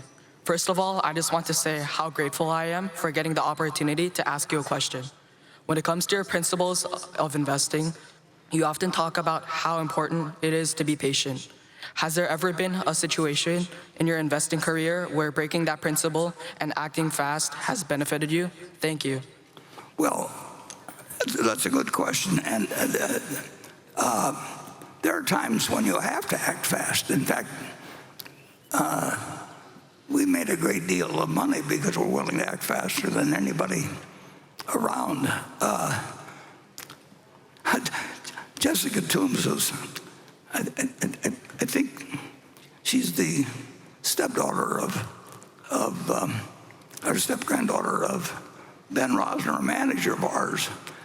And in 1966, I got a call from a fellow named Feldsteiner in New York, and he said, I represent Mrs. Annenberg. And there were actually 9 Annenberg sisters, I believe, before Walter Annenberg came along as the son. But he said, we have a business we'd like to sell you. So I called Charlie up, and I got a few details, and it sounded very interesting. And Charlie and I went back to the office of Will Feldsteiner in New York, who was a marvelous guy. Never met him since, but he was handling things for Mrs. Hey, Simon, but her name was Annenberg, and her husband had been the partner of Ben Rosner, but he had died, and Ben got kind of tense about working with her, and so he offered us this business at a bargain price. He offered us a business for $6 million. It had $2 million in cash. It had a $2 million piece of property in the 900 block of what's the key street in Philadelphia down there, Market Street, and it was making $2 million a year pre-tax, and the price was $6 million. And Charlie and I went back to this place, and Ben Rosner was there, and he just was upset about doing business with his partner's widow. She was extremely wealthy, and he wasn't enjoying it. He was very nervous about selling it, and he said to me and Charlie, he said, I'll run this business for you until December 31st, and then I'm out of here. And I got Charlie, we went out in the hallway, and I said, if this guy quits at the end of the year, you can throw away every book on psychology you've ever read. I mean, and so that began a wonderful, we bought the company and had a great relationship. And did I know that morning when I got a phone call from Will Feldsteiner that did his background about it?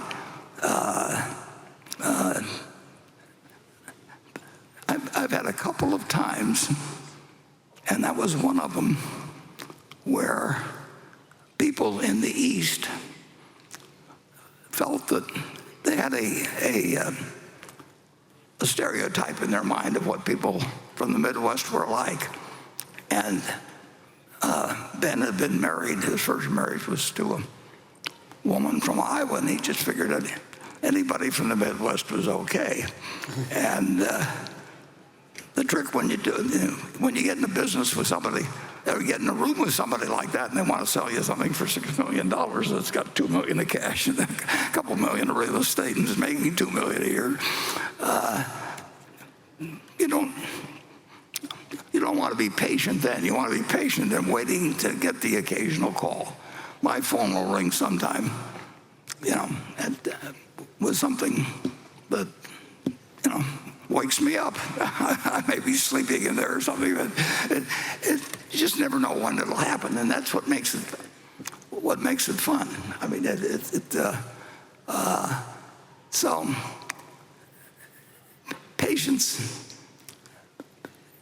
It's a combination of patience and a willingness to do something that afternoon if it comes to you. You don't want to be patient about acting on deals that make sense, and you don't want to be very patient with people that are talking to you about things that will never happen. So it's not a constant asset. It's not a constant liability to be patient. Greg, you. Well, Warren, I was going to add, as you're being patient, I happen to know, and I think that goes for our Ajit also and all our managers. Very patient when we're looking at opportunities, and as you touched on, we want to act quickly, but while we're being patient, never underestimate the amount of reading and work that's being done to be prepared to act quickly. Because we do know, be it equities, but I would include a variety of private companies that when the opportunity presents itself, we're ready to act. And that's a large part of being patient, is using it to be prepared. Yeah, and of course it doesn't come in anything like an even flow. I mean, it's the most uneven sort of activity you could get into. And the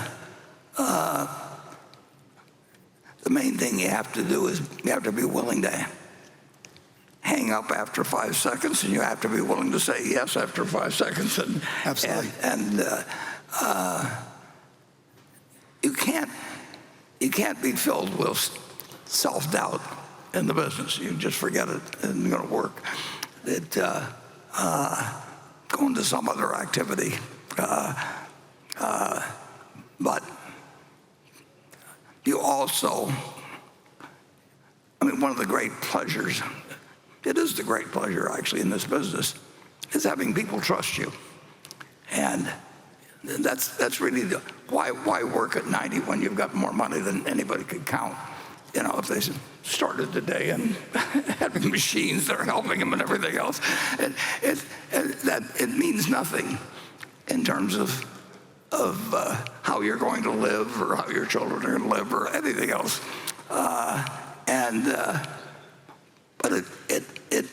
But both Charlie and I, we just enjoyed the fact that people trusted us, and they trusted us 60 years ago or 70 years ago in partnerships we had. And we never sought out professional investors to join our partnerships. Among all of my partners, I never had a single institution. I never wanted an institution. I wanted people, and I didn't want people that were sitting around and having people present to them every 3 months and tell them what they wanted to hear and all that sort of thing. So, and that's what we got, and that's why we've got this group here today. So it's all worked out. But that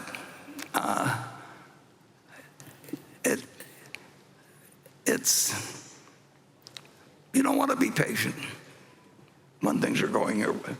When the time comes to act, you want to get it done that day. Okay, Becky? This question is from Flavio Montenegro, a shareholder from Guatemala. A couple of years ago in this meeting, Mr. Jain outlined the significant challenges GEICO faced in modernizing and integrating its IT systems. It was also mentioned that competitors were ahead in their pricing strategies because of the use of telematics. Today, GEICO's turnaround is evident through strong pricing and operational improvements. Could you provide more details on the specific actions taken under Todd's leadership and how those changes will help sustain a long-term competitive advantage in the coming years? Yeah, Todd has done a great job for us in terms of turning around the operations. When he took over, there were two major issues that GEICO was behind its competitors on. Firstly, the term Warren used and we all have been using is matching rate to risk. And secondly, telematics. We were at the bottom of the list insofar as telematics are concerned about 5-6 years ago. Since then, we have made rapid strides, and telematics, which used to be a source of competitive disadvantage to us, is no longer so. And I would argue that our telematics at GEICO is about as good as anyone else's today. So that's been one huge catch-up. Secondly, in terms of matching rate to risk, there again, I think we have caught up with our competitors, and we are as good as anyone else in the field. All this together with the cost reduction effort that GEICO and Todd gets a lot of credit for. He has basically reduced the workforce by 20,000, starting with something close to 50,000. He's brought it down to 20,000, and that translates to, I guess, at least $2 billion per year. So all this has allowed GEICO to become a much focused competitor, so much so in the last 7 quarters, GEICO has shown a combined ratio that has an 8 in front of it. And I never thought I'd live to see the day when anyone could have a combined ratio at so low as it is right now. So I think GEICO has done a great job. Its 80 combined translates to the largest profit anyone is making on the underwriting side in the personal automobile business. So, you know, we've achieved a lot. Todd has achieved a lot. But I do not want to be so arrogant as to say that mission accomplished. We've achieved a lot, but I still think we need to do a lot more in technology. AI, as we talked about, is going to be a big force, and we need to play catch-up there. Not catch-up, but we ought to be in a state of readiness. So I think GEICO is in a great shape right now. Warren, you want to add anything? No, fascinating case study, and that's what's so interesting about the whole game of business, but particularly about our businesses, is that each one is a little different, but they all have challenges of certain sorts, but they also, certain numbers have opportunities. We paid $50 million for half of Geico in 1976. What turned out to be half of Geico, $50 million. 50%. We now own 100%, but 50% of $2 billion that we earned in the first quarter is $1 billion, which on a $50 million investment is, 20 for 1 1/4. So it takes years to develop.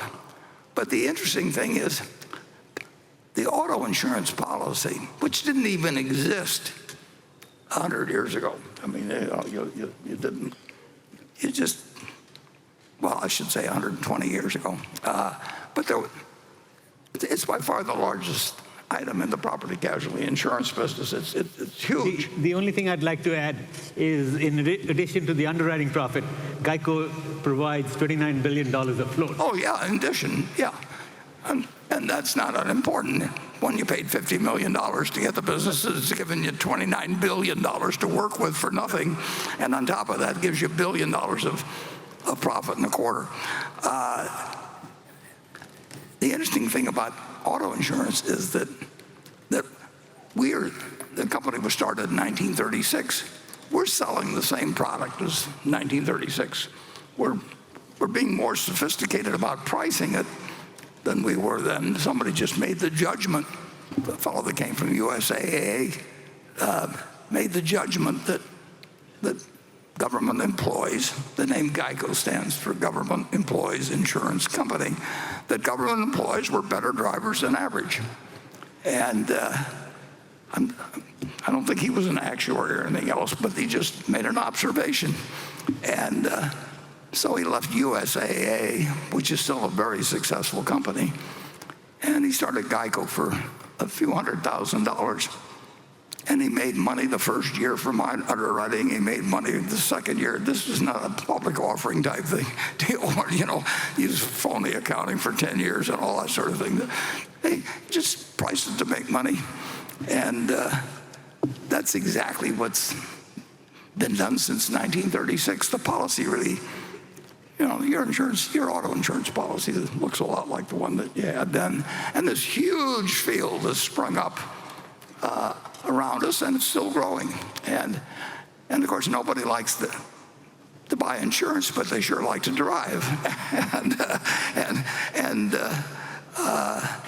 GEICO it's a fascinating story. And about 3 times over the years, the company has gotten sidetracked one way or another, and then it gets back to its basics, and it's a wonderful, wonderful business.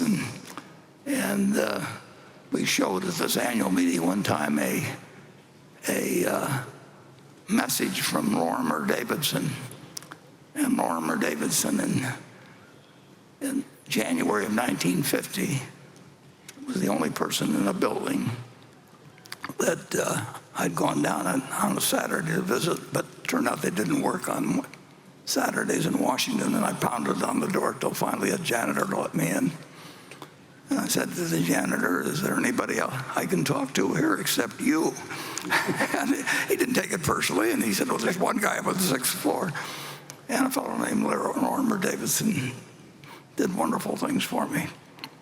You get a few breaks in life in terms of people you will meet who can just change your life dramatically. And if you need a handful of those, and when you get them, you treasure them. And we've had them on this board at Berkshire. If you take Tom Murphy and Sandy Gottesman and Walter Scott and Bill Scott, one thing we've done is we've held on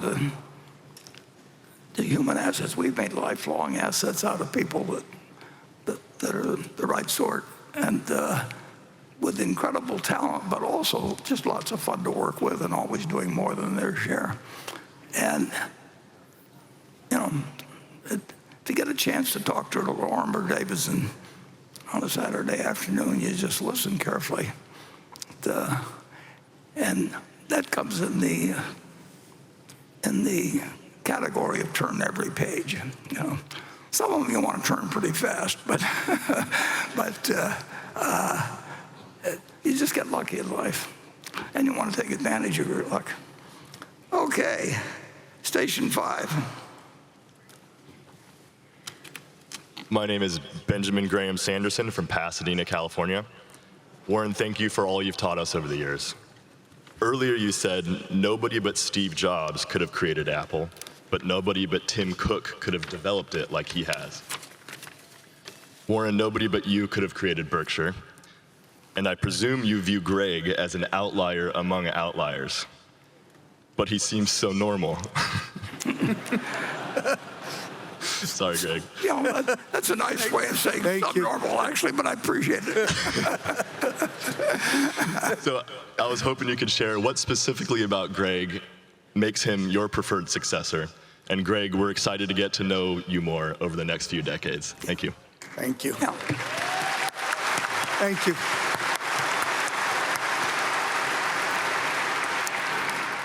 Well, you've hit on the most important question. And in terms of the business, we've got a wonderful group of businesses. We've got an ability to do things that nobody else can do, which is hard to get in a capitalistic system that's been developed as fully as the United States has been. I mean, imagine being able to create something that in a very, very, very big playing field, you know, you'd really be very, very hard to develop anything like it. I don't think you could develop the people around it, let alone the capital position, and the history and everything else. And the answer, of course, is that it does take a long, long time, and it takes getting around you a small cadre of people, which then spreads out somewhat. But where you've got mutual trust, where people do more than their share. And I've been around a lot of businesses over the years, and by nature, I'm somewhat critical of everything. I mean, I'm looking for what's wrong in things, because that's part of investing is looking, you know, what are you missing? But we have, we've got people that, if they're asked to put on a show like this, instead of doing whatever their regular job is, they participated. I went around the groups of people who were exhibiting yesterday for an hour and a half. And these are people that are thanking me, you know, and totally enthused about coming and doing a lot of work for which they don't get paid anything extra. And I don't know anything about the arrangements the individual companies make, but they work hard and they enjoy their work. And, you really want to work at something you enjoy. I've had 5 bosses in life, and I liked every one of them, and they were all interesting. I still decided that I'd rather work for myself than anybody else. But if you find people that are wonderful to work with, you know, that's the place to go. And I've told my kids that basically, that you don't get lucky like I did when I found at 7 or 8 years of age what really interested me. You know, it could have taken a lot longer, but you want to find the song. Find the sound is, there's a movie called The Glenn Miller Story, and Glenn Miller went on from having a broken down band for 15 years to turning out the first. He found the sound, and created the first gold record. I don't know whether any of you know what it was, but it was the Chattanooga Choo-Choo in 1941, I think it was. And he turned around from being a nothing with the band that he had till he found the sound. And I always have told my kids ever since that their sound isn't my sound, you know, but and you don't find it necessarily on the first job you take, because you got to eat, you know. But if you get lucky like I did, you find it when you're very young, and then you know, just keep doing it, and don't worry too much about starting salaries, and don't worry about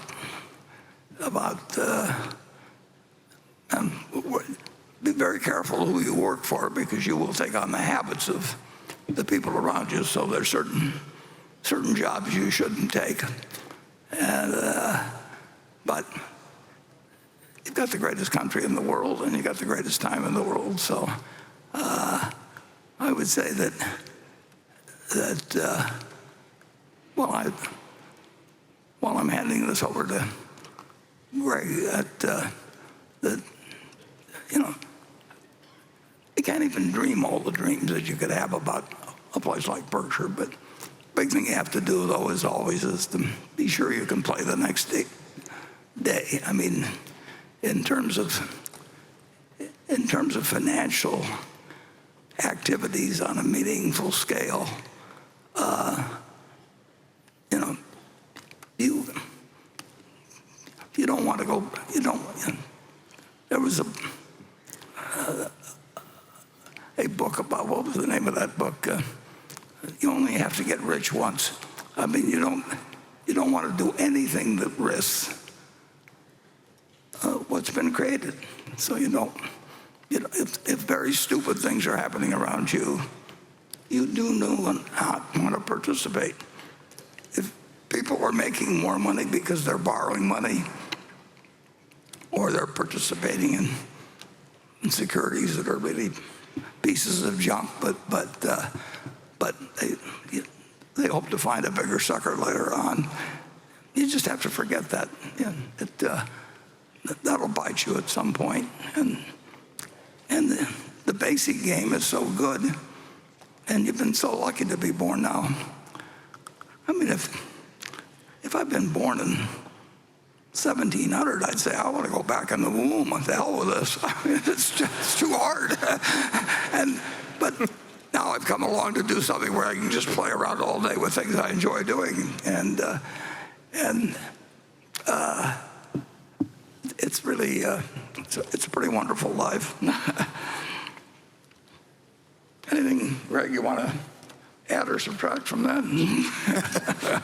Nothing to subtract, but I would always just say I couldn't be more, as I've said in the past, more humbled and honored, obviously, to be in this role. But to have actually been part of Berkshire for, Warren, it's now 25 plus years, had the opportunity to be part of Berkshire, and to work with you and Ajit and our board, but many other people in our company. And as you touched on, when you find something like that, and you find something like that, like Berkshire, that's so special, you fall in love with it, and it becomes just what you want to do every day, and it's just an incredible opportunity. So thank you.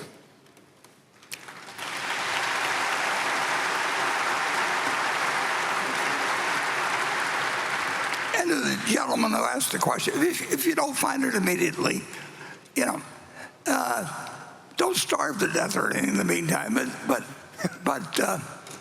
you will find it, and you'll find it in the right individual. In the sense, it's somewhat like finding the right person in marriage. I mean, probably the first. Some of you may have married the person you met on your first date.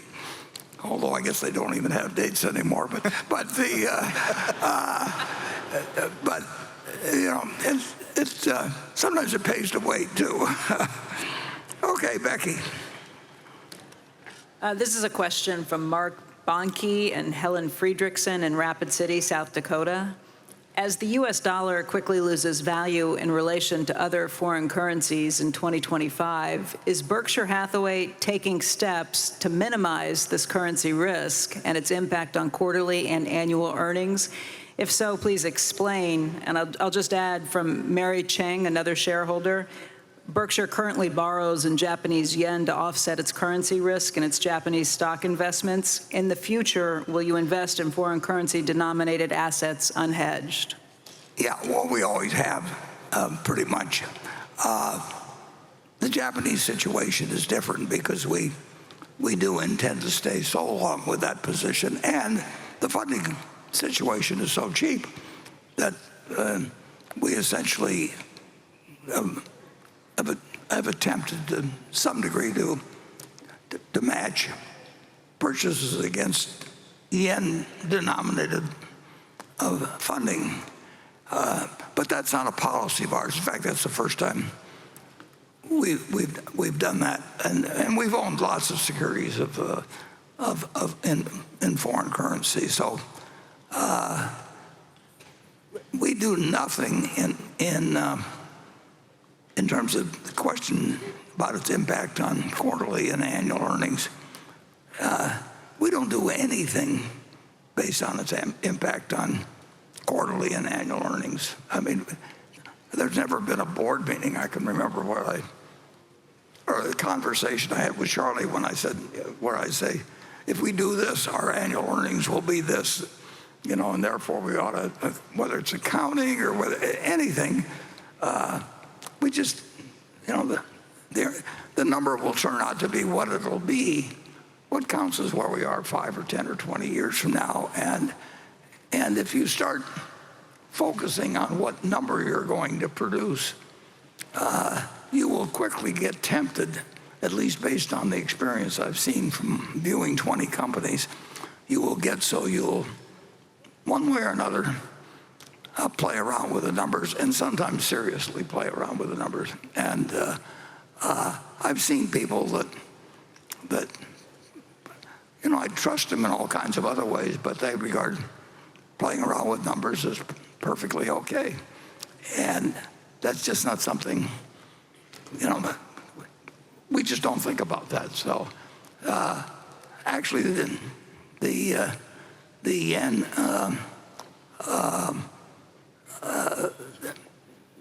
the relationship of the yen, behavior of the yen in the last quarter, resulted in certain gap charges, but it doesn't make any difference. It'll change next month or next year, and obviously we wouldn't want to be owning anything that we thought was in a currency that was really going to hell.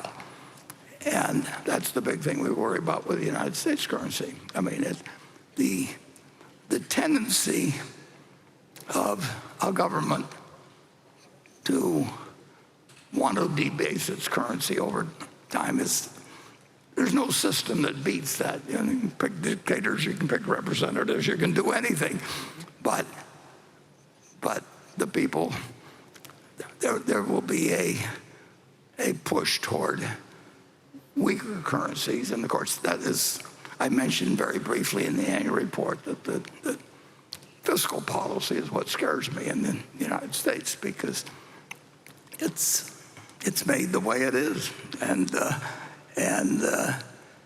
all the motivations are to doing a lot of things that can cause trouble with money. But that's not limited to the United States. It's all over the world, and some places it gets out of control regularly. As they know,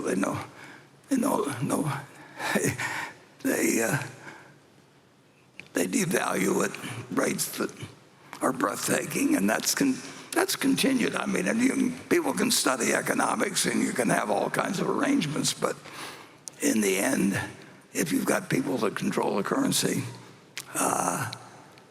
you can issue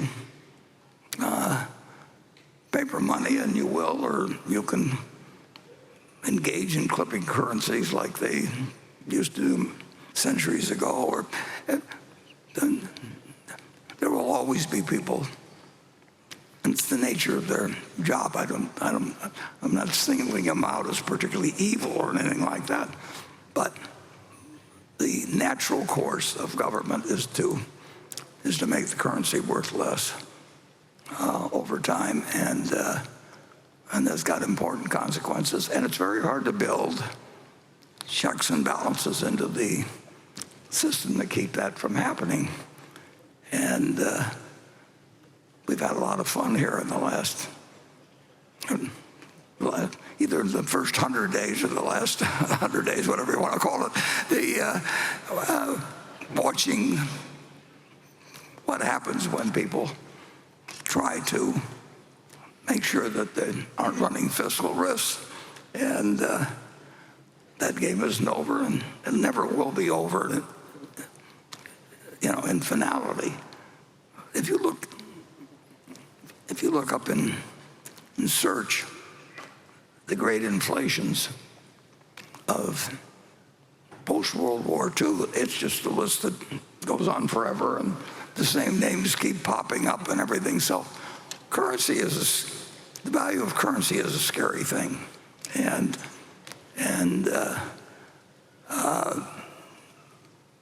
we don't have any great system for beating that. We do in this particular Japanese position because we expect to hold it for 50 or 100 years or more. And we will be owning something that's denominated in yen and easily predictable. And we'll just, as long as the carry on it is right and everything, we'll attempt to issue Japanese-denominated liabilities, but that's not because of anything we carry about in terms of quarterly or annual earnings. Greg, do you have anything to say on that? I was just going to say that relative to the question, that there's no question we were fundamentally very comfortable with investing in the 5 Japanese companies and recognizing we're investing in yen. The fact we could then borrow in yen was almost just like a nice incremental opportunity. But we are very comfortable both with the Japanese companies and with the currency we would ultimately realize, i.e. in the yen. Yeah, we only made, as I referred to earlier, one big currency play, which was connected a little bit with when I wrote that article for Fortune. And we got long 12 other currencies, as I remember. Only 4 or 5 of them are really big currencies. But when I say we got long it, that means we're short the dollar. And so we held that position for a couple of years, and we made several $1 billion on it, which was significant to us then, still is. Charlie always felt that if he had to pick an area outside of stocks in which to invest, and he knew a lot about bonds, he knew a lot about real estate, he knew a lot about a lot of things, but he said he thought he could make a lot of money out of being in foreign currency. But we've done it once. It's not inconceivable we would do it again, but it's unlikely. But there could be things happen in the United States that would make us want to own a lot of other currencies. And I suppose if we made some very large investment, European country or there might be a situation where we would do a lot of financing in their currency, but it's not it was something that just was sort of obvious to do in the Japanese situation, where we had the ability to borrow yen at very, very low carrying costs, and we felt very good about the income we'd be receiving from these securities, and if the present condition, which it won't, I mean it never does, but prevail for decades and decades, we would probably keep doing the same sort of thing. But things things change in the world too, so don't take that as a prediction.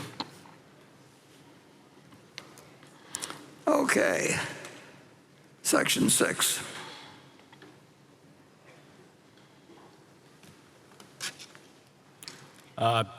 Good morning, Warren and Greg, Ajit. Thank you so much for hosting this event. Good to be here. My name is Dashboy Undilger, and I'm from great country of Mongolia. A little bit background about my country. Mongolia is an emerging market and landlocked country sandwiched between Russia and China. But we are rich in history and minerals and have full democracy and growing economy.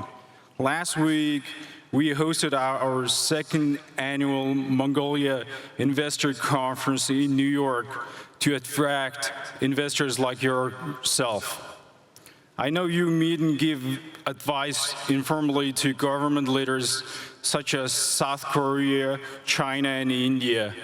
What advice would you give to government business leaders of emerging markets like Mongolia to attract institutional investors like yourself? It'd be great if you have long-term plans for exposure to emerging markets as a hedge or an opportunistic investment. Lastly, I welcome all of you to Mongolia, and my country folks would be very happy if you can make it to our economic forum this July. Well, thank you.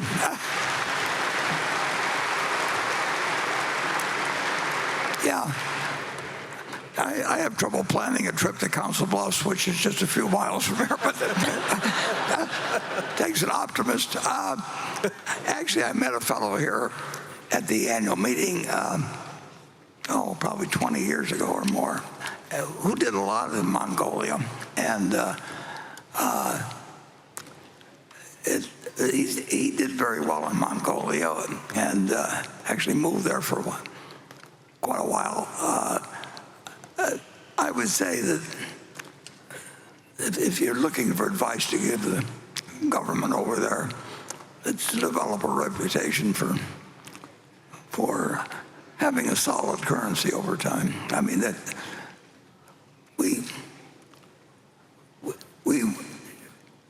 don't really want to go into any country where we think that there's a chance, I mean, a significant probability of runaway inflation. It's too hard to figure. Other people have figured out ways to make money in hyperinflationary situations, but that's not our game, and I don't think I'd play it well. So we wouldn't be. That would be a factor with us. The chances are, and we won't find anything in Mongolia that fits our size requirements aside from that. But like I say, I think my friend that I met here 20 years ago has done very well in Mongolia. And if the country develops a reputation for being business friendly and currency conscious, I think that bodes very well for the residents of that country, particularly if it has some other natural assets that it can build around. I don't know that much about the minerals there or anything of the sort, but I mean, who would have bet on the United States in 1790? But we didn't have to have perfection. We just had to be better than the other guy for quite a while. And we started out with nothing, and we ended up with close to 25% of the world's GDP and faster growth rates and generally sounder currencies and all kinds of things. So I wish you well. Okay, Becky? This question's from Peter Shen in New Jersey. It's for Mr. Buffett and Mr. Jain. In recent years, large private equity firms like Blackstone, Apollo, and KKR have aggressively expanded into insurance, raising permanent capital, managing float, and aiming to replicate the model that Berkshire pioneered decades ago. Given that these firms are now directly competing for insurance assets, often using higher leverage and more aggressive investment strategies, how do you view their impact on Berkshire's insurance operations and underwriting discipline? Do you believe that the private equity model poses risks to policyholders in the broader financial system? And has this competition made it more challenging for Berkshire to find and price insurance opportunities safely and profitably today? Ajit? Okay. Yeah, part of the question is very easy. There's no question the private equity firms have come into this space, and we are no longer competitive in this space. We used to do a fair amount in this space, but in the last 3-4 years, I don't think we've done a single deal. Now, you ought to separate this whole segment in two separate segments. One is the property casualty end of the business and the life end of the business. The private equity firms that you mentioned are all very active in the life end of the business, not the property casualty end of the business. You are right in identifying the risks in these private equity firms are taking on, both in terms of leverage and in terms of credit risk. And while the economy is doing great and credit spreads are low, the private equity firms who've taken the assets from very conservative investments, and I wouldn't say high octane, but they've certainly invested these assets in situations where they get a lot more return on the investment. And as I said, as long as the economy is good and credit spreads are low, they will make money. They'll make a lot of money because of leverage. However, there is always the danger that at some point the regulators might get cranky and say, you know, you're taking too much risk on behalf of your policyholders, and that could end in tears. We do not like the risk reward that these situations offer, and therefore we put up the white flag and said, you know, we can't compete in this segment right now. Yeah, I think there are people that want to copy Berkshire's model, but usually they don't want to copy it by also copying the model of the CEO having all of his money in the company forever. And I mean, they've got a different equation. They're interested in, and you know, and that's capitalism, but they have a whole different situation, and they probably have a somewhat different fiduciary feeling about what they're doing, and sometimes it works and sometimes it doesn't work, and if it doesn't work, they go on to other things. And if what we do here at Berkshire doesn't work, I spend the end of my life regretting what I've created. So it's just a whole different personal equation, and there is no property casualty company that can basically replicate Berkshire. That wasn't the case at the start. I mean, at the start, we just had National Indemnity a few miles from here, and anybody could have duplicated what we had. But that was before a G. and the G came with us in 1986, and at that point, the other fellows should have given up.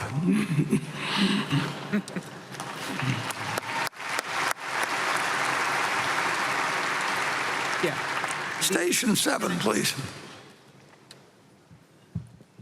Hi, my name is Marie. I'm from Melrose, Massachusetts.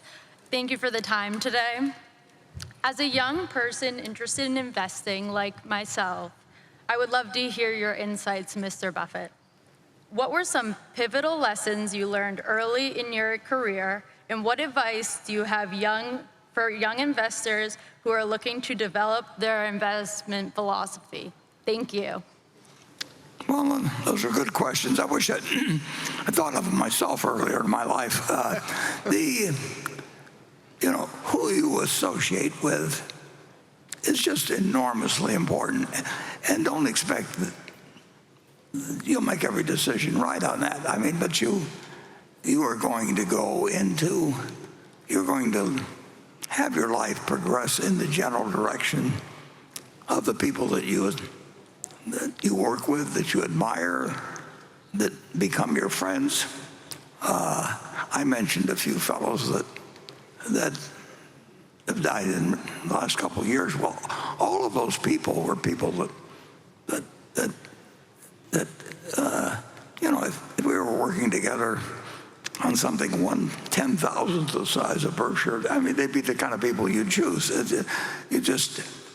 They're people that make you want to be better than you are. And you want to hang out with people that are better than you are and that you feel are better than you are, because you're going to go in the direction of the people that you associate with. And that's something you learn. And of course, you learn it late in life.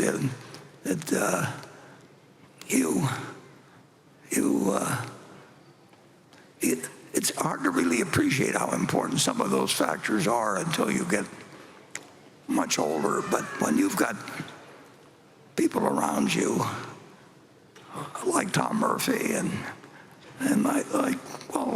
just name them, Sandy Gottesman, Walter Scott, you're just going to live a better life than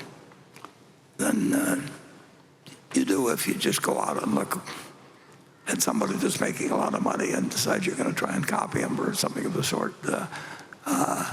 So I'd try to be associated with smart people too, where I could learn a lot from them. And I would try to look for something that I would do if I didn't need the money. I mean, what you're really looking for life is something where you've got a job that you'd hold if you didn't need the money. And I've had that. And Charlie had it for a very, very long time. In fact, all the fellows I named had it. And they also, every one of those ones I named, they always did more than their share. And they never sought more than their share of the credit. They just behaved as the way you'd like anybody you work with. And when you find them, you treasure them. And when you don't find them, you still keep doing whatever causes you to eat or enables you to eat. But you don't give up on looking around, and you'll find people do wonderful things for you. I mentioned earlier going down to Geico and knocking on the door when the door was locked. I mean, who knows what was behind that door? Like, went in, but in 10 minutes I found that I had a man that was going to be just wonderfully helpful to me. And of course, if somebody's going to be helpful to you, you want to try to figure out ways to be helpful to them. So you get a compounding of good intentions and good behavior. And unfortunately, you can get the reverse of that in life too. And with a lot of, I was lucky in having a good environment for living that kind of a life. And other people, have a whole different environmental situation. They have to overcome it. But don't feel guilty about your good luck if you live in the United States,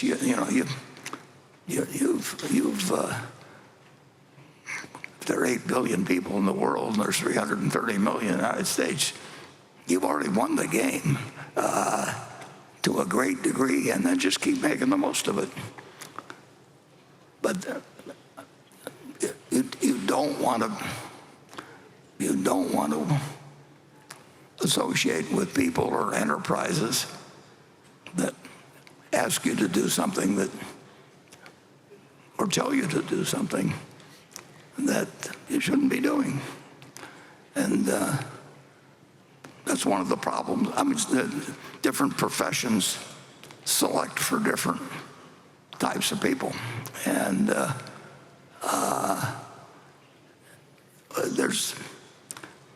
it's interesting to me that in the investment business, so many people get out of it after they've made a pile of money. You really want something that you'll stick around for, whether you need the money. Greg doesn't need the money. Ajit doesn't need the money remotely, but they enjoy what they do, and they're so damn good at it. I've had the advantage of seeing how that works over time. The best manager I ever knew, and there's a lot of contention for who that would be, but actually was Tom Murphy Sr., who lived to be almost 98. And I've never seen anybody that could get the potential out of other people more than Murph could. I mean, if you wanted to become a better person, you wanted to work for Tom Murphy. And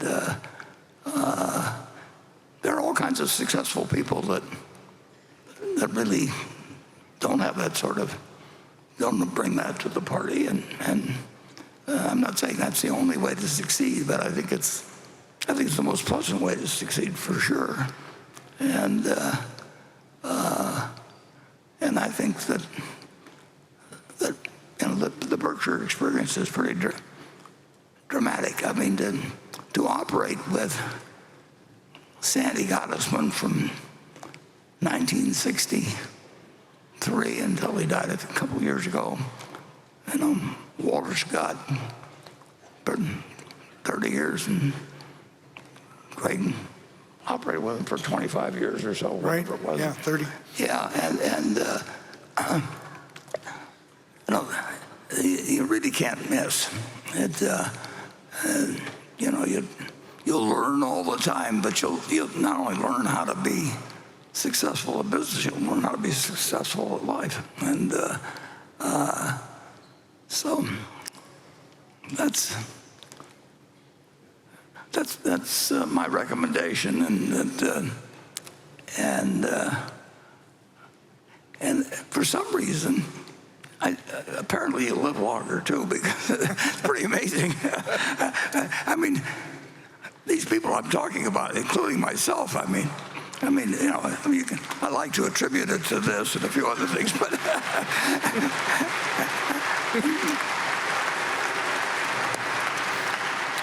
I think a happy person lives longer than somebody that's doing some things that they don't really admire that much in life. Okay.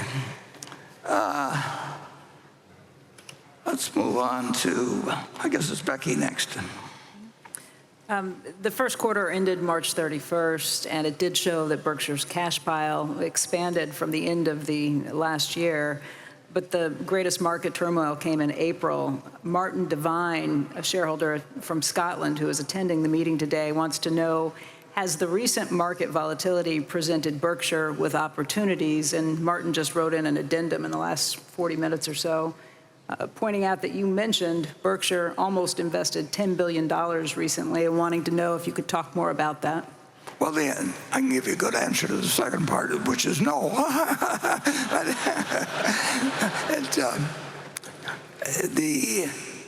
But 10 billion wouldn't have done that much, That's the other side, another side of it. What has happened in the last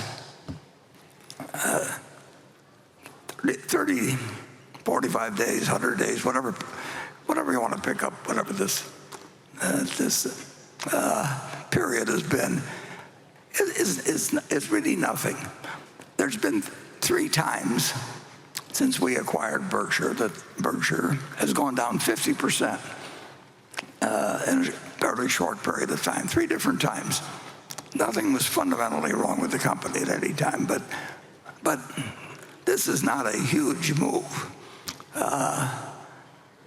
The Dow Jones average hit 381 in September of 1929. It got down to 42. So that's like going from 100 to 11.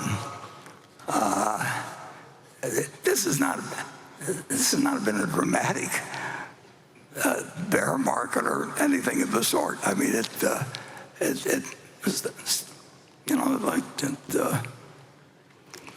pointed out, if I've had 250 trading days a day, for however many years I've been old enough to trade stocks, got 17 or 18,000 days. There's been plenty of periods that just are dramatically different than this. I mean, when the day I was born, the Dow Jones was at 240, and that was August 30th, 1930, and between that and the low, it went from 240 to 41. I mean, so if people think that it made a really major change, it didn't. If it had gone up 15% instead of down 15%, people think they take that with remarkable grace. but if it makes a difference to you whether your stocks are down 15% or not, you need to get a somewhat different investment philosophy, because the world is not going to adapt to you. You're going to have to adapt to the world, and you will see a period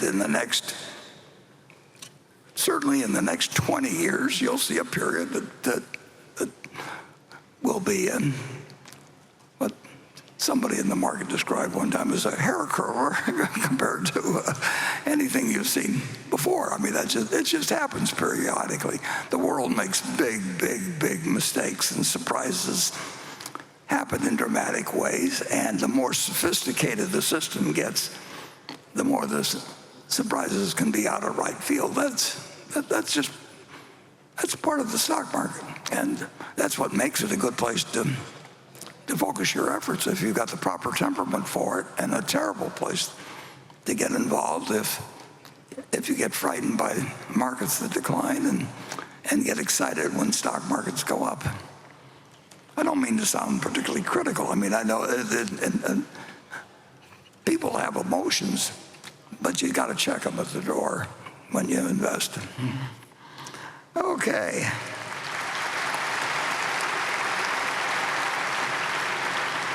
Station 8, please. Good morning, Mr. Buffett, Mr. Greg, and Mr. Ajay. My name is Peter Chen. I'm from Shanghai, China. This is my first time attending this shareholders meeting. I would like to ask a question about the wisdom of life. Have you ever encountered any major setbacks or low points in your life? And how did you get through and overcome them? Thank you very much. Well, everybody gets setbacks, and some people have particularly bad luck in that respect, and others get through with fairly minors. But Charlie, he had setbacks. I had setbacks. I mean, it's part of life, and they're not any fun. I don't have any great advice for you about having the time of your life while you're having some major setback. But it comes with lifetime. You certainly have a setback when you die. And so everybody's got that setback guaranteed to them. But some people get, and I mean, it isn't a laughing matter in a sense, because, I mean, people get extraordinary bad luck, and other people get extraordinary good luck. Usually the people who get good luck don't really think it was so much luck as themselves, but you're just going to have it. I think that you're less likely to have it in terms of medical problems, in terms of various things in life. I mean, you were born at a good time. I mean, if you look all the way through the history of China, when would you rather have been born? 100 years ago, 500 years ago, 1,000 years ago, or now? It's just hands down you'd be lucky. I mean, you know, if I came from 20 generations of shepherds, I think I get kind of tired of, you know, my life just looking at these sheep every day. But, you know, we can sit here and I can watch Nebraska not quite play the same game of football that we played 20 years ago. But I mean, everything in life has been made so much better that you've got to figure that you do a lucky straw by, you know, staying in the womb for a couple 100,000 years and then just emerging at the right time. So I would focus on the things that have been good in your life rather than the bad things that happen, because bad things do happen. But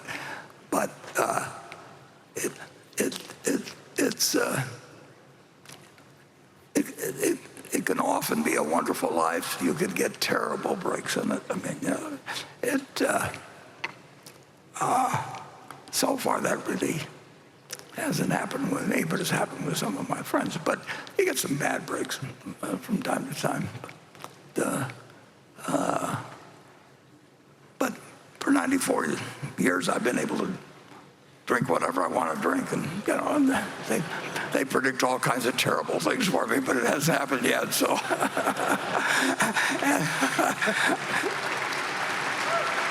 yeah. And it's true. I mean, if you look at what pro football players are making now and everything compared to what they were making 30 or 40 years ago, you can say, well, isn't that wonderful? But if you look at the lifespan of professional athletes, after a while you get used to you really decide that you're better off if you really weren't the first one chosen to be on the baseball team or the basketball team or anything else. The human body, well, Charlie and I think I speak for the others to some extent, that we never really exercised that much or did anything. We were carefully preserving ourselves for the years.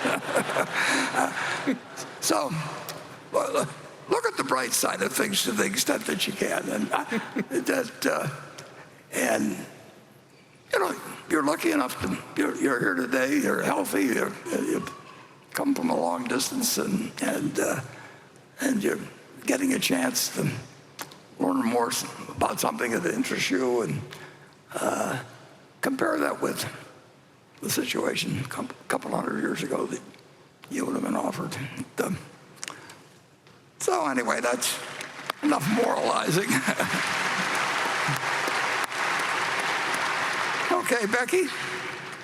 This question comes from Himanshu Bindal for Ajit and Warren.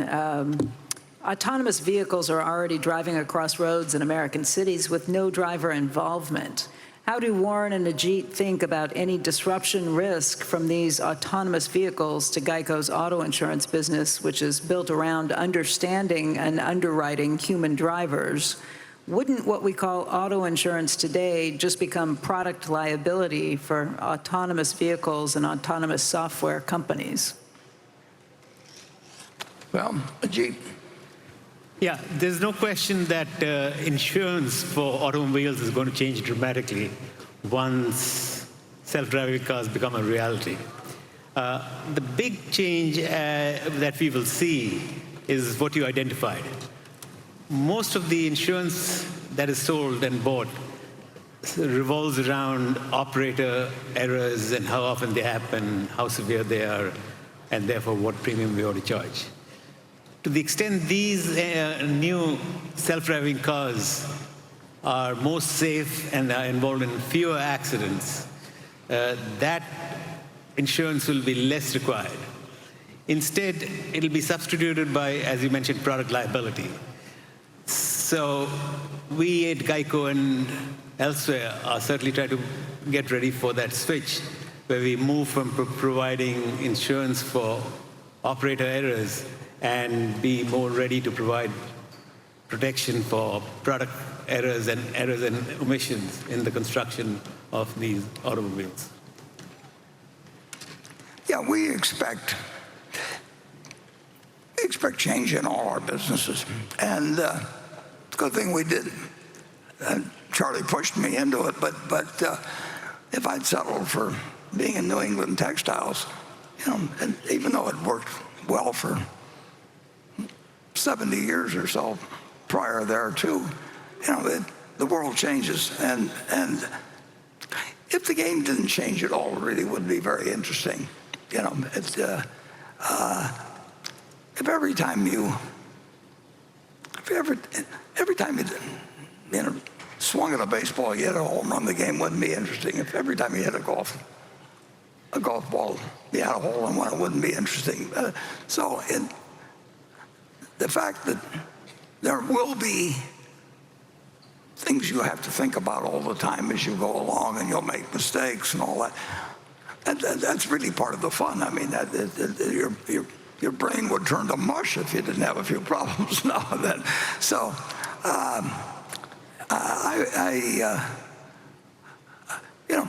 auto insurance will change, although it's remarkable how little it has changed.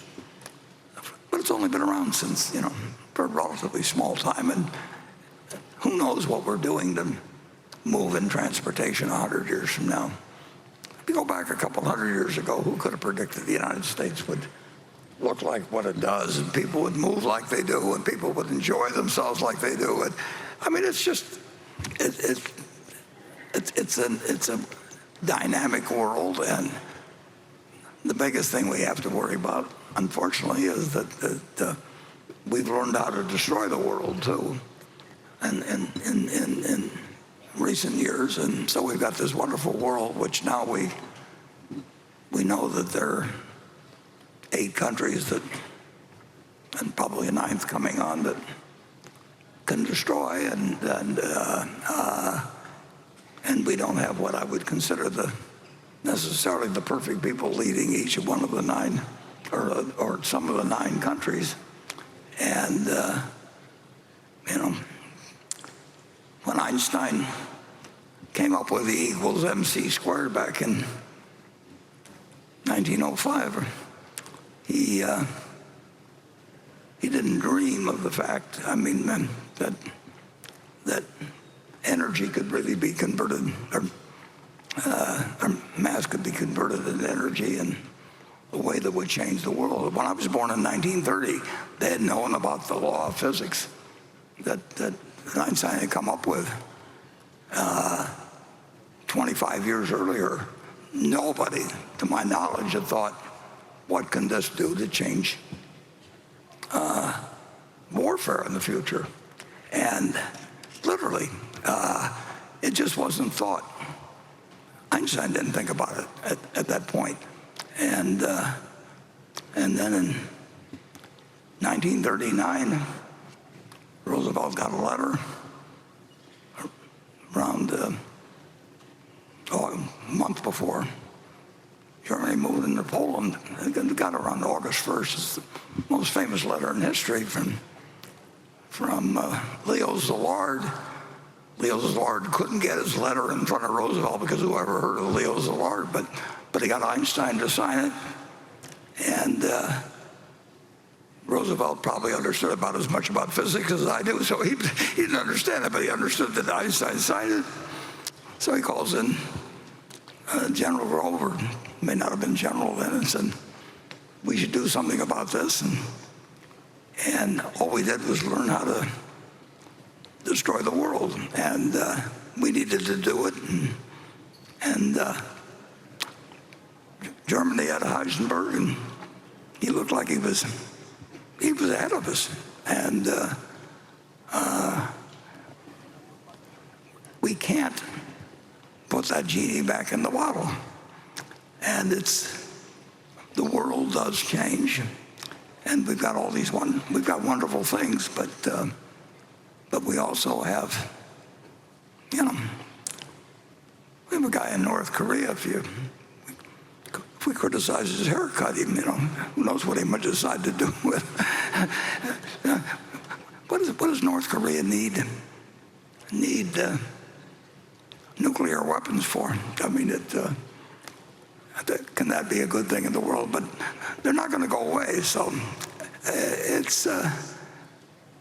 it's a world of change, and we are enjoying incredible change that's contributed to everybody in this room living so much better than people were living a couple hundred years ago. But we haven't been able to avoid. We haven't changed human beings very much so far. We've certainly changed weapons of mass destruction, but we haven't made much progress with the human race, and we'll see what happens with that. But in the meantime, we'll see changes in auto insurance too, and cars, and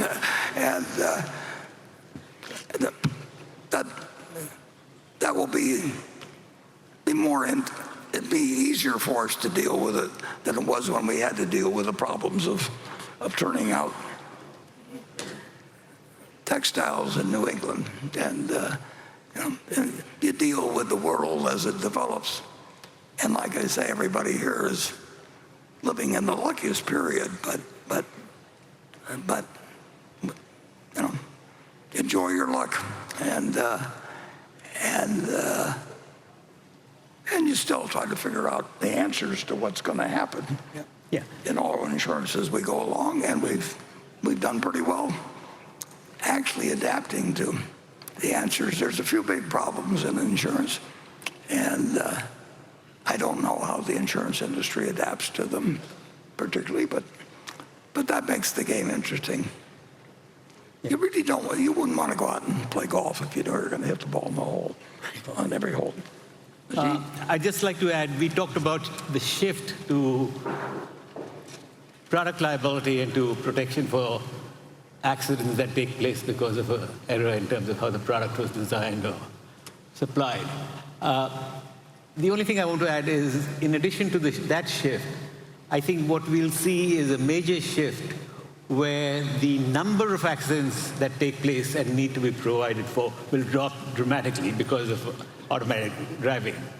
But on the other hand, the cost per repair, every time there's an accident, the cost of repairing and bringing everything back to where it used to be would go up very significantly because of the amount of technology that's going into the car.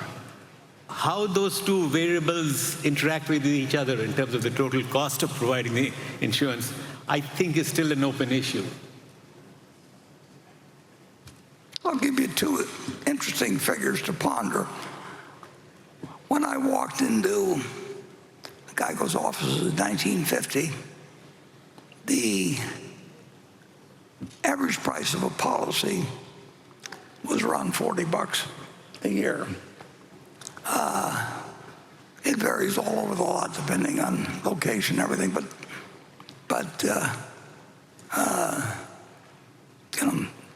it's pretty easy to get up to $2,000, and depending on how urban your areas are and everything, you can get considerably higher. During that same time, the number of people killed in auto accidents have fallen from roughly 6 per 100 million miles driven to a little over 1. So the cars become incredibly safer, and it costs 50 times as much now, or thereabouts, to buy insurance policies. So when people talk about the developments in car driving and all that sort of thing, it's a lot easier sometimes. The Buck Rogers aspect of it, people look at it, but they don't actually think of what really happens to the math of the business. The auto insurance industry has been a huge growth industry. And for that matter, homeowners insurance prices in Nebraska have doubled in the last 10 years, adjusted for general inflation. And convective storms, have just gone on a tear, and it's still unprofitable to write homeowners insurance in Nebraska after doubling the price in the last 10 years. So it's very hard to predict what these big changes mean, and you just have to keep thinking all the time. But you don't want to read some research report that says the world's coming to an end or the world's going to be wonderful because of this or that, because there's about 50 other developments going on at the same time that you need to think about, and that you need to keep observing as you go along. You never reach an answer in this business. You reach a point of action that you take, but we try to get into as high probability things as we think we can do and play the game in the same way. But it will be different than you think, and you should wake up every morning and think about that too. If you're in the business of managing businesses. Hey, Warren, as we approach the break, would you like to address the operating earnings? Oh, yeah. First quarter? Yeah, let's put up the, we released our 10Q this morning, and we always try to do it on a Saturday so nobody gets a jump on other people. And we just have three simple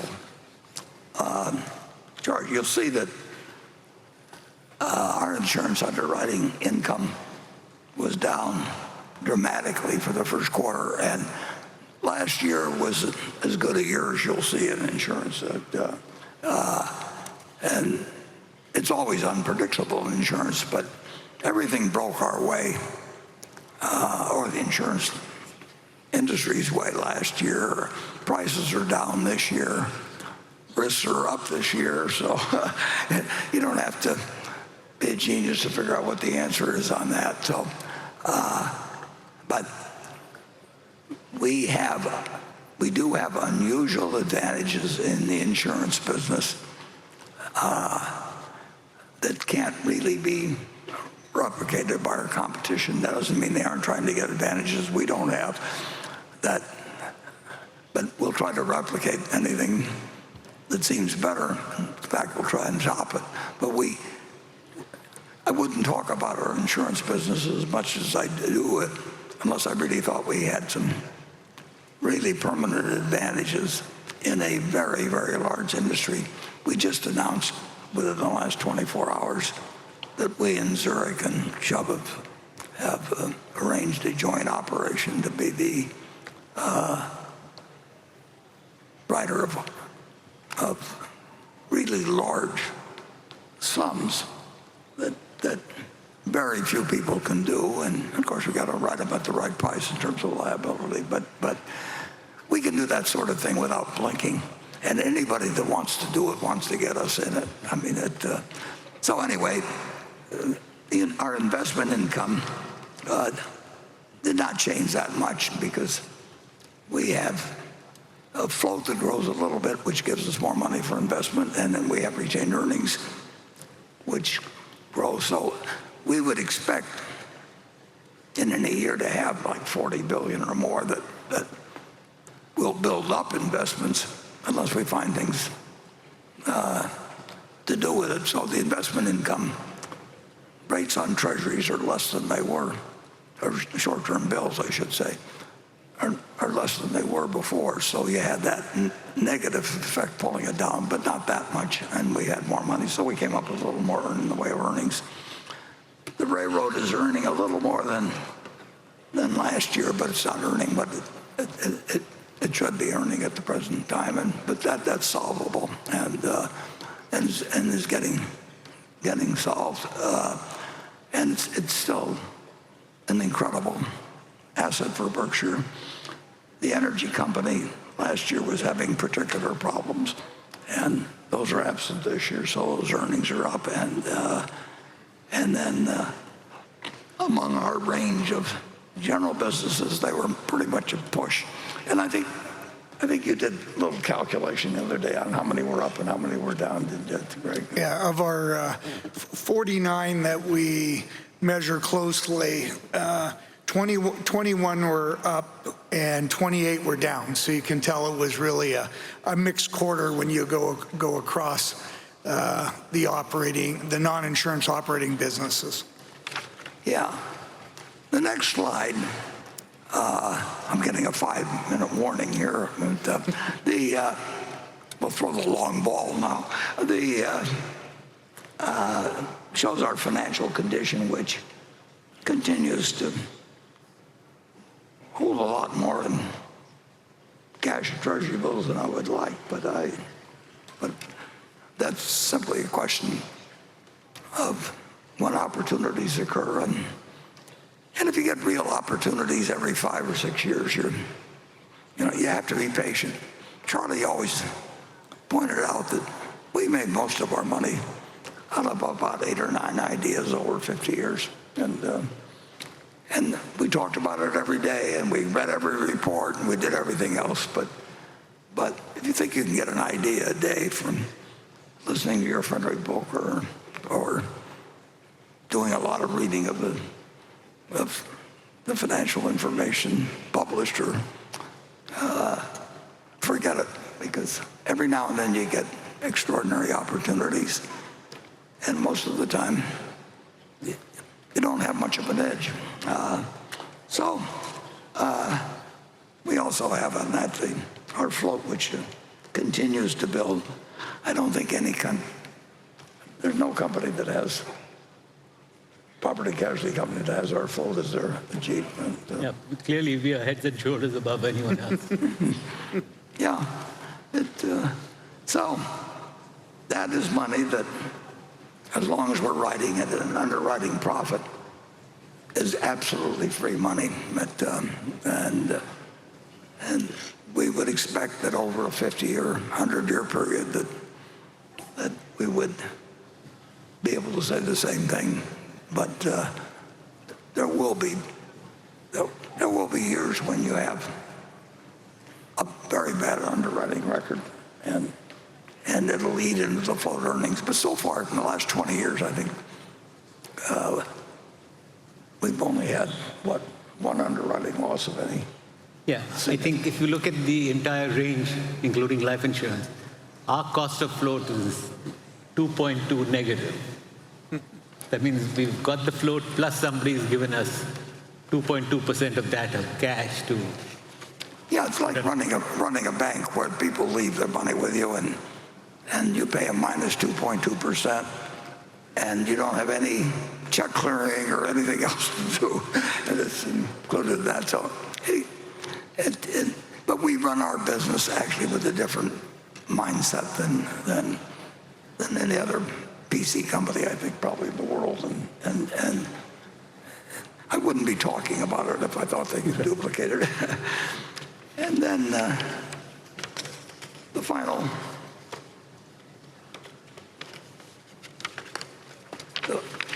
page is on share repurchases, and clearly we have not made share repurchases so far this year.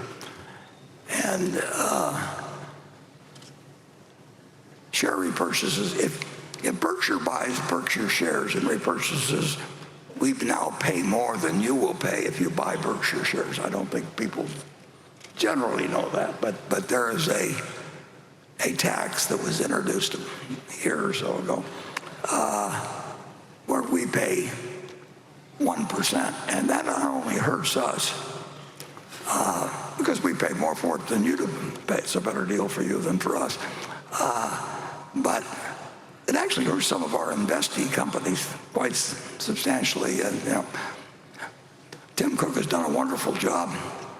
I mean, really wonderful job running Apple, but he spent $100 billion roughly in a year repurchasing shares, and there's a 1% charge attached to that now. So that's $1 billion a year that he pays when he buys Apple stock in, which we like, compared to what you pay. And that doesn't sound like much, but, well, $1 billion sounds like a lot still. But there are people that want to increase that particular rate dramatically, and you won't read about it or anything like that, but it does make it slightly less attractive than it was before, and we will only buy in our shares if we think that they're almost certainly underpriced, as valued very conservatively, and we get that opportunity occasionally. But the higher that charge goes that the federal government charges us for doing it, the less we will be able to do repurchases. So on that happy note, we will rejoin at 1 o'clock, and we will, I'm sorry.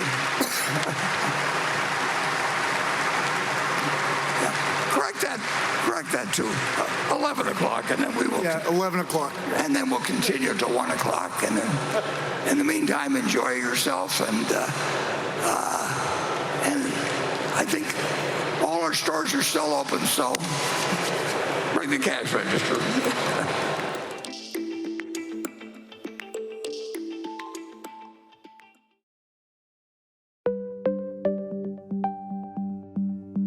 Welcome back to CNBC's special coverage of the Berkshire Hathaway shareholder meeting. I'm Mike Santoli, live in Omaha, Nebraska. After taking questions for 2.5 hours, Warren Buffett, in his 60th annual meeting, has called a break, promising to be back on stage in just 30 minutes. We have a big halftime show for you right here. Becky Quick is heading back over to join us. We'll speak live shortly with Activision founder Bobby Kotick, a longtime Berkshire attendee, and Nebraska Furniture Mart chairman Irv Blumkin. Warren started the meeting by thanking all of the special guests one by one. He also talked, of course, about record-breaking sales on the floor at all the booths from his operating companies. And then near the end of the session, he got around to his take on this morning's results. As he did welcome those special guests, he initiated a special shout out to Tim Cook, obviously CEO of Apple, who's in attendance, and said that Cook had made more money for Berkshire than Buffett himself had. He sold down a lot of that stock, not this past quarter, but in the past year, and obviously still owns about 2% of that company. He also said he loves the investments in the Japanese trading companies. Those were investments from a few years ago. And he said they won't be selling any stock in those companies for a very long time, if ever. One of the strongest stances that Mr. Buffett took in the morning session came during his answer to a question about tariffs and the impact of our relationships around the world. Listen here. In the United States, I mean, we should be looking to trade with the rest of the world, and we should do what we do best, and they should do what they do best. And I don't think it.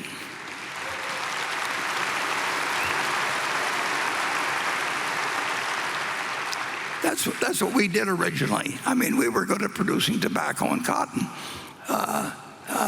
250 years ago, and we traded it. And we want a prosperous world with 8 countries with nuclear weapons, including a few that are what I would call quite unstable. I do not think it's a great idea to try and design a world where a few countries say, ha, ha, ha, we've won, and other countries are envious.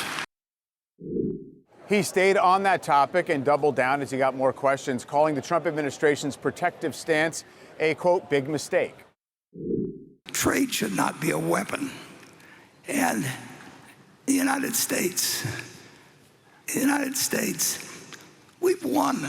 I mean, we have become an incredibly important country, starting from nothing 250 years ago. There's nothing been anything like it. And it's a big mistake, in my view, when you have 7.5 billion people that don't like you very well, and you got 300 million that are crowing in some way about how well they've done. And I don't think it's right, and I don't think it's wise. I do think that the more prosperous the rest of the world becomes, it won't be at our expense. The more prosperous we'll become, and the safer we'll feel, and your children will feel someday. Buffett also addressed Berkshire's record cash hoard of nearly $350 billion. He says he's sitting on the sidelines for now, but he wants to be ready when a buying opportunity presents itself. Every now and then you find something, and occasionally, very occasionally, but it'll happen again, that I don't know when. It could be next week, it could be 5 years off, but it won't be 50 years off. We will be bombarded with offerings that we'll be glad we have the cash for. And it'd be a lot more fun if it would happen tomorrow, but it's very unlikely to happen tomorrow. Very, very unlikely to happen tomorrow. But it's not unlikely to happen in 5 years, and then the probabilities get higher as you go along. Buffett also weighed in on the markets and the rough start to the year. He wasn't exactly concerned, though, about the volatility, saying if you can't take the heat, you might want to stay out of the kitchen. The world makes big, big, big mistakes, and surprises happen in dramatic ways. And the more sophisticated the system gets, the more the surprises can be out of right field. That's part of the stock market, and that's what makes it a good place to focus your efforts if you've got the proper temperament for it, and a terrible place to get involved if you get frightened by markets that decline and get excited when stock markets go up. I don't mean to sound particularly critical. I mean, I know people have emotions. Becky is now back with us. We've heard his strong stance, Becky, on tariffs, the position on the record cash hoard, and of course his downplaying of the recent market correction, which I quite enjoyed him mentioning that on the day he was born, the Dow was at 240, and then it went down to a low of 41, which was in 1932 at the Depression low, down 80%. That's how the market greeted him. He basically says, you got to deal with that. He's basically, if your hair's on fire right now about the volatility of the markets, relax. You're not really cut out for this business. I thought you might appreciate that. Yeah, for sure. That's kind of your take on things, Mike, all the time. Well, right. I mean, act like you've been there before. And in his case, he has been there before many times in many cycles. And obviously, that's another theme. He always likes to sort of broaden it out and say, this country's been through a lot over the years. It's going to get through this, and it's a better place now than it ever was before, and it's going to be better in the future. That's always a sort of a welcome theme I always find to this. He's not going to be one who's going to say, look, it's the end of American exceptionalism. It's kind of the opposite of what we do in the news business. It is a calming influence. It is a long-term view, a long-term perspective on things, and really interesting to see. He did mention, though, I don't know if you talked about this before I sat down, but he did mention at the very top that, oh, by the way, there was an opportunity to spend $10 billion. We almost did it recently. Yes. Somebody else asked later, one of the shareholders wanted to know, what was that? Can you talk more about it? His very simple answer was no. It was fascinating. He also said, as he was discussing all the cash that is built up, he said, $100 billion, that's something very easy to deploy. He says those decisions are easy when they come. For him, I guess they are. If you have $350 billion, I guess they are. But I think he wanted to accentuate that they weren't really making an outright market call, but they do like the idea of having dry powder, and he basically said the willingness to not be fully invested over the years has actually made them a ton of money because it meant that they had the ammunition to act when the time came. It also sounded to me a little like a marketing ploy. Hey, we got a lot of cash and we are willing to put it to work. Our phone lines are open, so call on in. Look, he joked about it being a 5-second decision where we either hang up or we say yes. That may be an exaggeration, but he and Greg Abel were both very clear about the idea that we are doing the work. We are looking around. We know what we would say yes to or how to adjust a deal that we would say yes to pretty quickly. What else jumped out to you in terms of I took themes? notes as we were going through with a lot of these things. I thought Ajit made some very interesting commentary on the insurance business. Not something we talk about regularly, but this idea of private equity really getting into the insurance business in a big way. He said that hasn't happened when you're looking at property and casualty. It has happened on the life insurance end of things, and basically they're waving a white flag. Hey, we're not going to compete here. You can have that business because you're more aggressive than we would. They can't get the returns from right. it. Well, you could get the returns, but I think that's the risk that they're worried about on that for the price. It's mispricing the risk in their view. Right. That was interesting. We mentioned earlier they bought back no stock in the quarter. Now we know that the valuation of the stock is not really in his zone where he wants to be aggressive buying back the stock. However, I found it interesting that he cited the buyback tax that was imposed 1% on everything you spend buying back your own shares. That seems like a little bit of a rounding error, but I guess he implied it was material to their decision. Look, it costs us more than it costs anybody out in the public to buy a share of Berkshire. Right, and you have two opportunities. You know, for a regular public company, you can issue a dividend that you give back to them and let it figure out themselves, or you can buy back shares. Yeah. Now, if share buybacks are tax disadvantaged from the government perspective on things, that changes their opinion. Of course, probably he does on what neither. they'd like to see. No, but I think that was a message right. to the operators of the companies that they own. Maybe we'd rather see a dividend than a tax buyback. Because he cited, Tim Cook and spends Apple. $1 billion in tax to buy $100 billion back. Right, and that is we love what Tim Cook is doing. That was really interesting. I mentioned that off the top. I thought that was telling. Yeah, very much so. They didn't look like they had any sales from the best we can tell from this most recent quarter. Of Apple, they slowed down with the sales at the end of last year, too. Right. So maybe that's a message that, hey, Apple is here and here to stay. Sure. And we appreciate what he's doing. But the position trimmed back, too. I mean, right? It was over 40% of the equity portfolio at one point. It's down toward 22 or something now. So it's not as if it seemed as if it was this big glaring. There was an interesting question from a shareholder. Several shareholders wrote in about those Apple share buybacks. We haven't gotten to any of them yet. I may or may not in the second half. But one of the interesting perspectives is, was this because of tax changes you thought might happen if Kamala Harris came into office with this? Right, because he alluded to that last year. Yeah, he did. Yeah, so it's kind of an interesting perspective on that end, too. Yeah, for sure. We are continuing here at the annual meeting. This is a very quick break before we go back in for more Q&A. But in the meantime, we're going to get the chance to speak with some of the Berkshire managers here today. Retailers are actually in the eye of the storm right now as tariffs disrupt supply chains and drive up costs. For more on how the industry is adapting, we are joined by Irv Blumkin. He's the chairman of Nebraska Furniture Mart. And Irv, it is great to see you today. Great to see you too. So we get the special privilege right now of talking to some of the managers who are actually running the businesses, trying to deal with any of the potential changes that are coming and on their way. Greg may be pretty involved with what some of your companies are doing. I don't get the sense that Warren is paying a close attention. He trusts you to do those things. What are you doing to try and prepare for any potential tariffs that come down or tariffs that you are paying at this point? Well, it's very interesting. It's very disruptive. It's tough to make a plan. And we've been very patient in just waiting it out. And, we've got alternative strategies to deal with it depending on what we know they're exactly going to do. We're at a point right now where we've got July 9th is a big time for us to figure out what to ship, what not to ship. July 9th? July 9th. Why that day? That's the date somebody's going to need to make a decision whether the tariff stays at 10%. Oh, the 90 days in. Okay. The tariff stays or it goes up to 40 or 50, depending on what country we get it from. So what are your dual kind of paths, depending on if there's... So we're trying to ship as much as we can by mid-May. So the goods we have, we know exactly what we're going to pay. And then we're just going to take a wait and see and be patient, be able to adapt. We have a lot of resources, both domestically, that we can rely on, and gives us a broad base to be able to make those kinds of decisions. And wait, domestic manufacturers that you can use instead?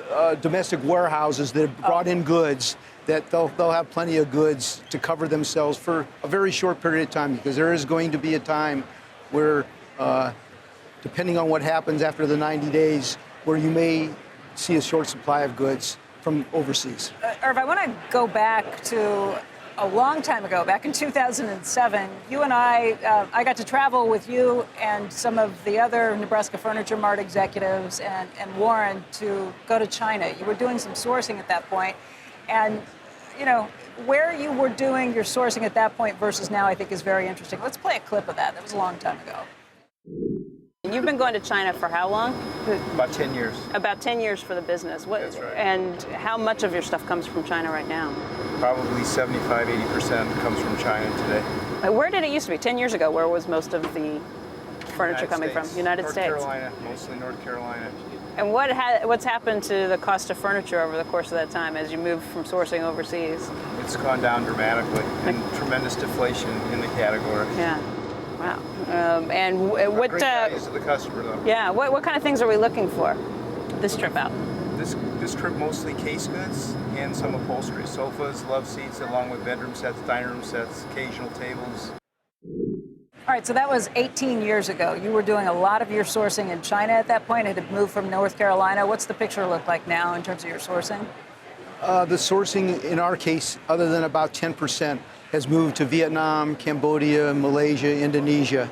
And, again, that's where cheaper labor had been. That's where the furniture industry has migrated to. There's still some electronic stuff coming out of China, and there's a couple categories that those countries haven't been able to produce at this point in time, but I'm sure there are a lot of people working towards those countries to figure out alternatives. Yeah, that's why the stakes are so high for July 9th, right? Because they're very, very high stated tariff levels for those exporters. Right. Is there anything that would bring manufacturing back to the United States, North Carolina, or elsewhere? It's interesting. I just came back from North Carolina last week, and it's a long process. I seriously doubt there's going to be a lot of manufacturing brought back to the U.S. You just got to figure out alternatives. We do about 25% of our business in the U.S. on U.S.-made domestic product or imported products in parts, and then they assemble them here. But I don't see it as a big opportunity over the long term. Irv, I want to thank you for being with us. And by the way, you haven't changed in 18 years. It's great to still see you. Thank you very much. Great to see you all. Thank you. All right, sticking with tariffs, Warren Buffett was fairly vocal this morning. We caught up with a number of his managers on the Berkshire portfolio and talked to them about the adjustments that they are trying to make right now in the face of higher tariffs. And they're starting to use the vertical integration we have, and that's been a blessing with the tariffs. We've had no price increase as a result. Really? Because it helped the Canadian lumber, as long as it's used for housing. No tariff on that, but also 27 supply companies of our own and great procurement teams. We've been able to offset all of that. Tariffs are a challenge for everybody, and the biggest concern we have is the impact on the consumer. Yeah. After years of high interest rates and high inflation, consumers are pretty weary. And now it's fear, right? It's the uncertainty that's causing them to become a little more cautious in their purchasing decisions. That will have the biggest impact on our business. We all are dealing with that and managing our price margins, relationships with our customers. We're local for local in most of the markets we serve. So we, innovate locally, we manufacture locally, we buy raw materials locally. So, we do have some slight impact from tariffs, but generally it's not a big issue for us. During Trump #1, the supply chain really started to reconfigure itself too. It was almost like a circulatory system that found a new path. And so we're going through wave 2 of that right now. And we're in touch basically daily right now with all the key vendors working through this together. And it's gonna end up fine. But we're gonna have a third quarter that's gonna be a little challenging as everything settles. We're preparing as if things were to slow down a little bit. But some of our areas, Joanne's business is responsible on the commercial side of the business, data centers, doing extremely well, right? I think she'll have hopefully her best year. There's been some very good years prior to that. So there's a lot of pockets of that, and I think we're in a good spot on that. Well, we're fortunate we manufacture all of our products here in the United States, and most of our inputs are sourced in the United States or North America. So we haven't seen any significant impact.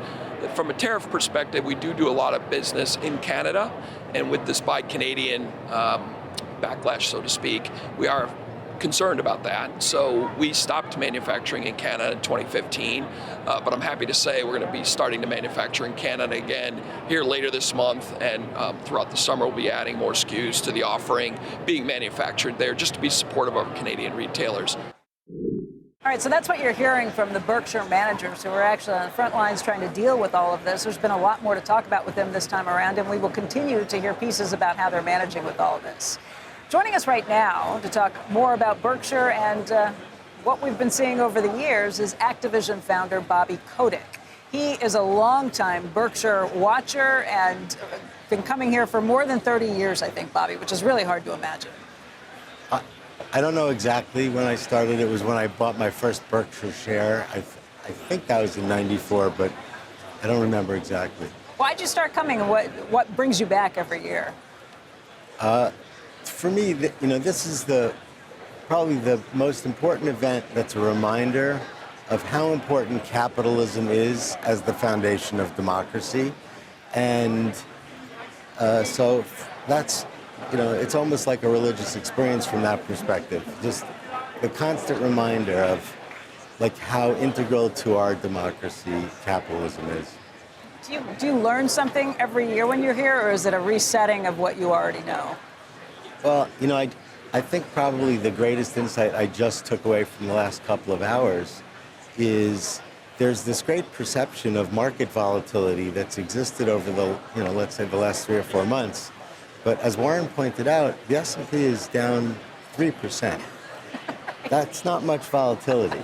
And I think it takes someone like Warren with the clarity of thought to actually remind us that there's been historically a lot more volatility in markets than what we've seen in the last 5 months. I have to admit, I'm throwing out all these shareholder questions I had as a result, because it was what's going on with the treasury markets. Are they going to dump foreign ownership of these things? What's going to happen with the dollar? Like all of these questions that were so kind of petrified as to what was happening. I'm like, got to throw all of these out now. They were relevant 3 weeks ago, and now they're we're not. almost all the way back. Yeah. Although at the same time, as much as you want to take a big picture perspective and say that we've been through these crises and trials and challenges before, it does seem there's certain extraordinary things happening right now. If you were running a business, to say there's such a wide range of potential policy outcomes and what it's going to mean for the economy, right, with the tariffs. So I guess that's, the messages were all in suspense for a few months, and Warren saying, he doesn't really feel like this is the way to wage that fight.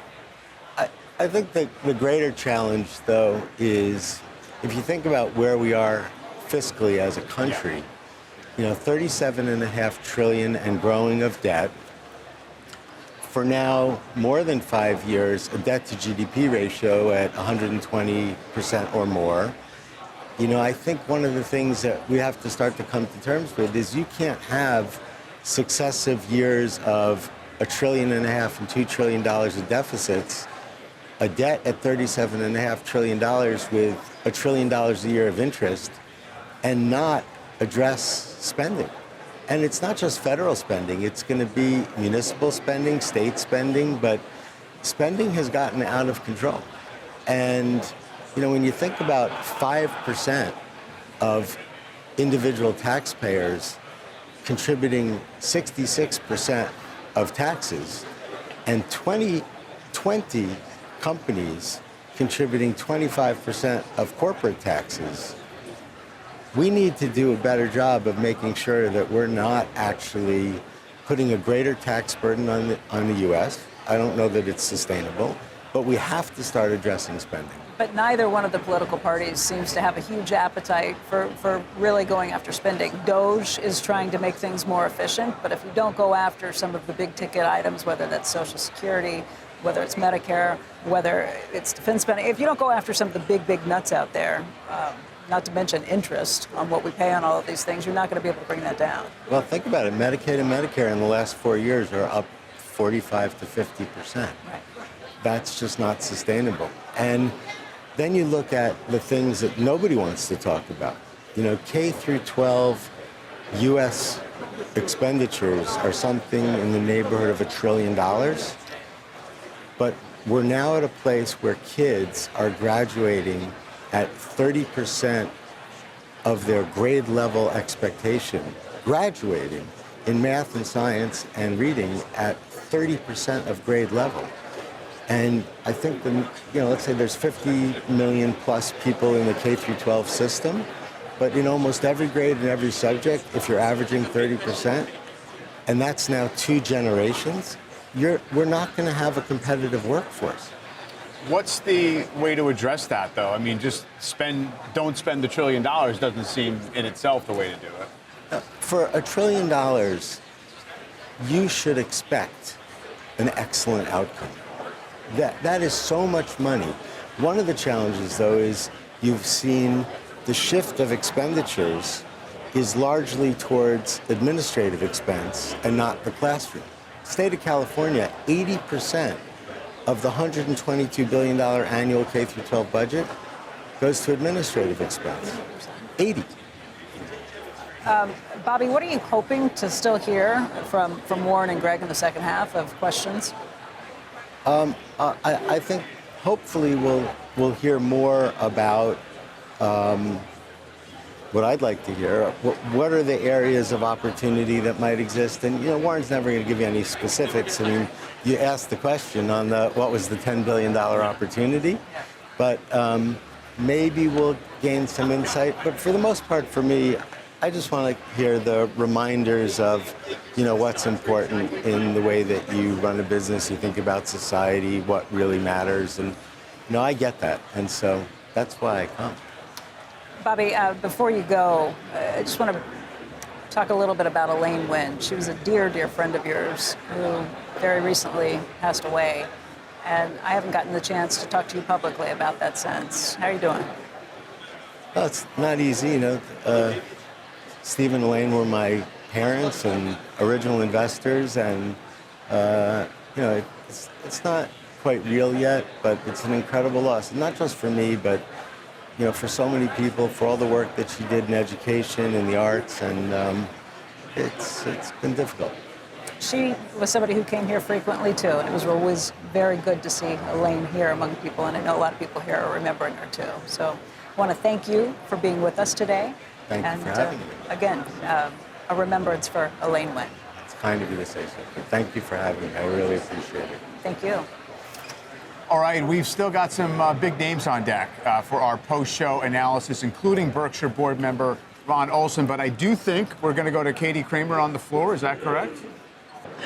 Hi, Mike. I tracked down one of the shareholders today from the morning session. This is Benji Sanderson from Pasadena, California, who asked a question of Warren Buffett this morning. Benji, tell me what time you got here today. Woke up at around 4:20 a.m. and got in line no later than 5 a.m. today.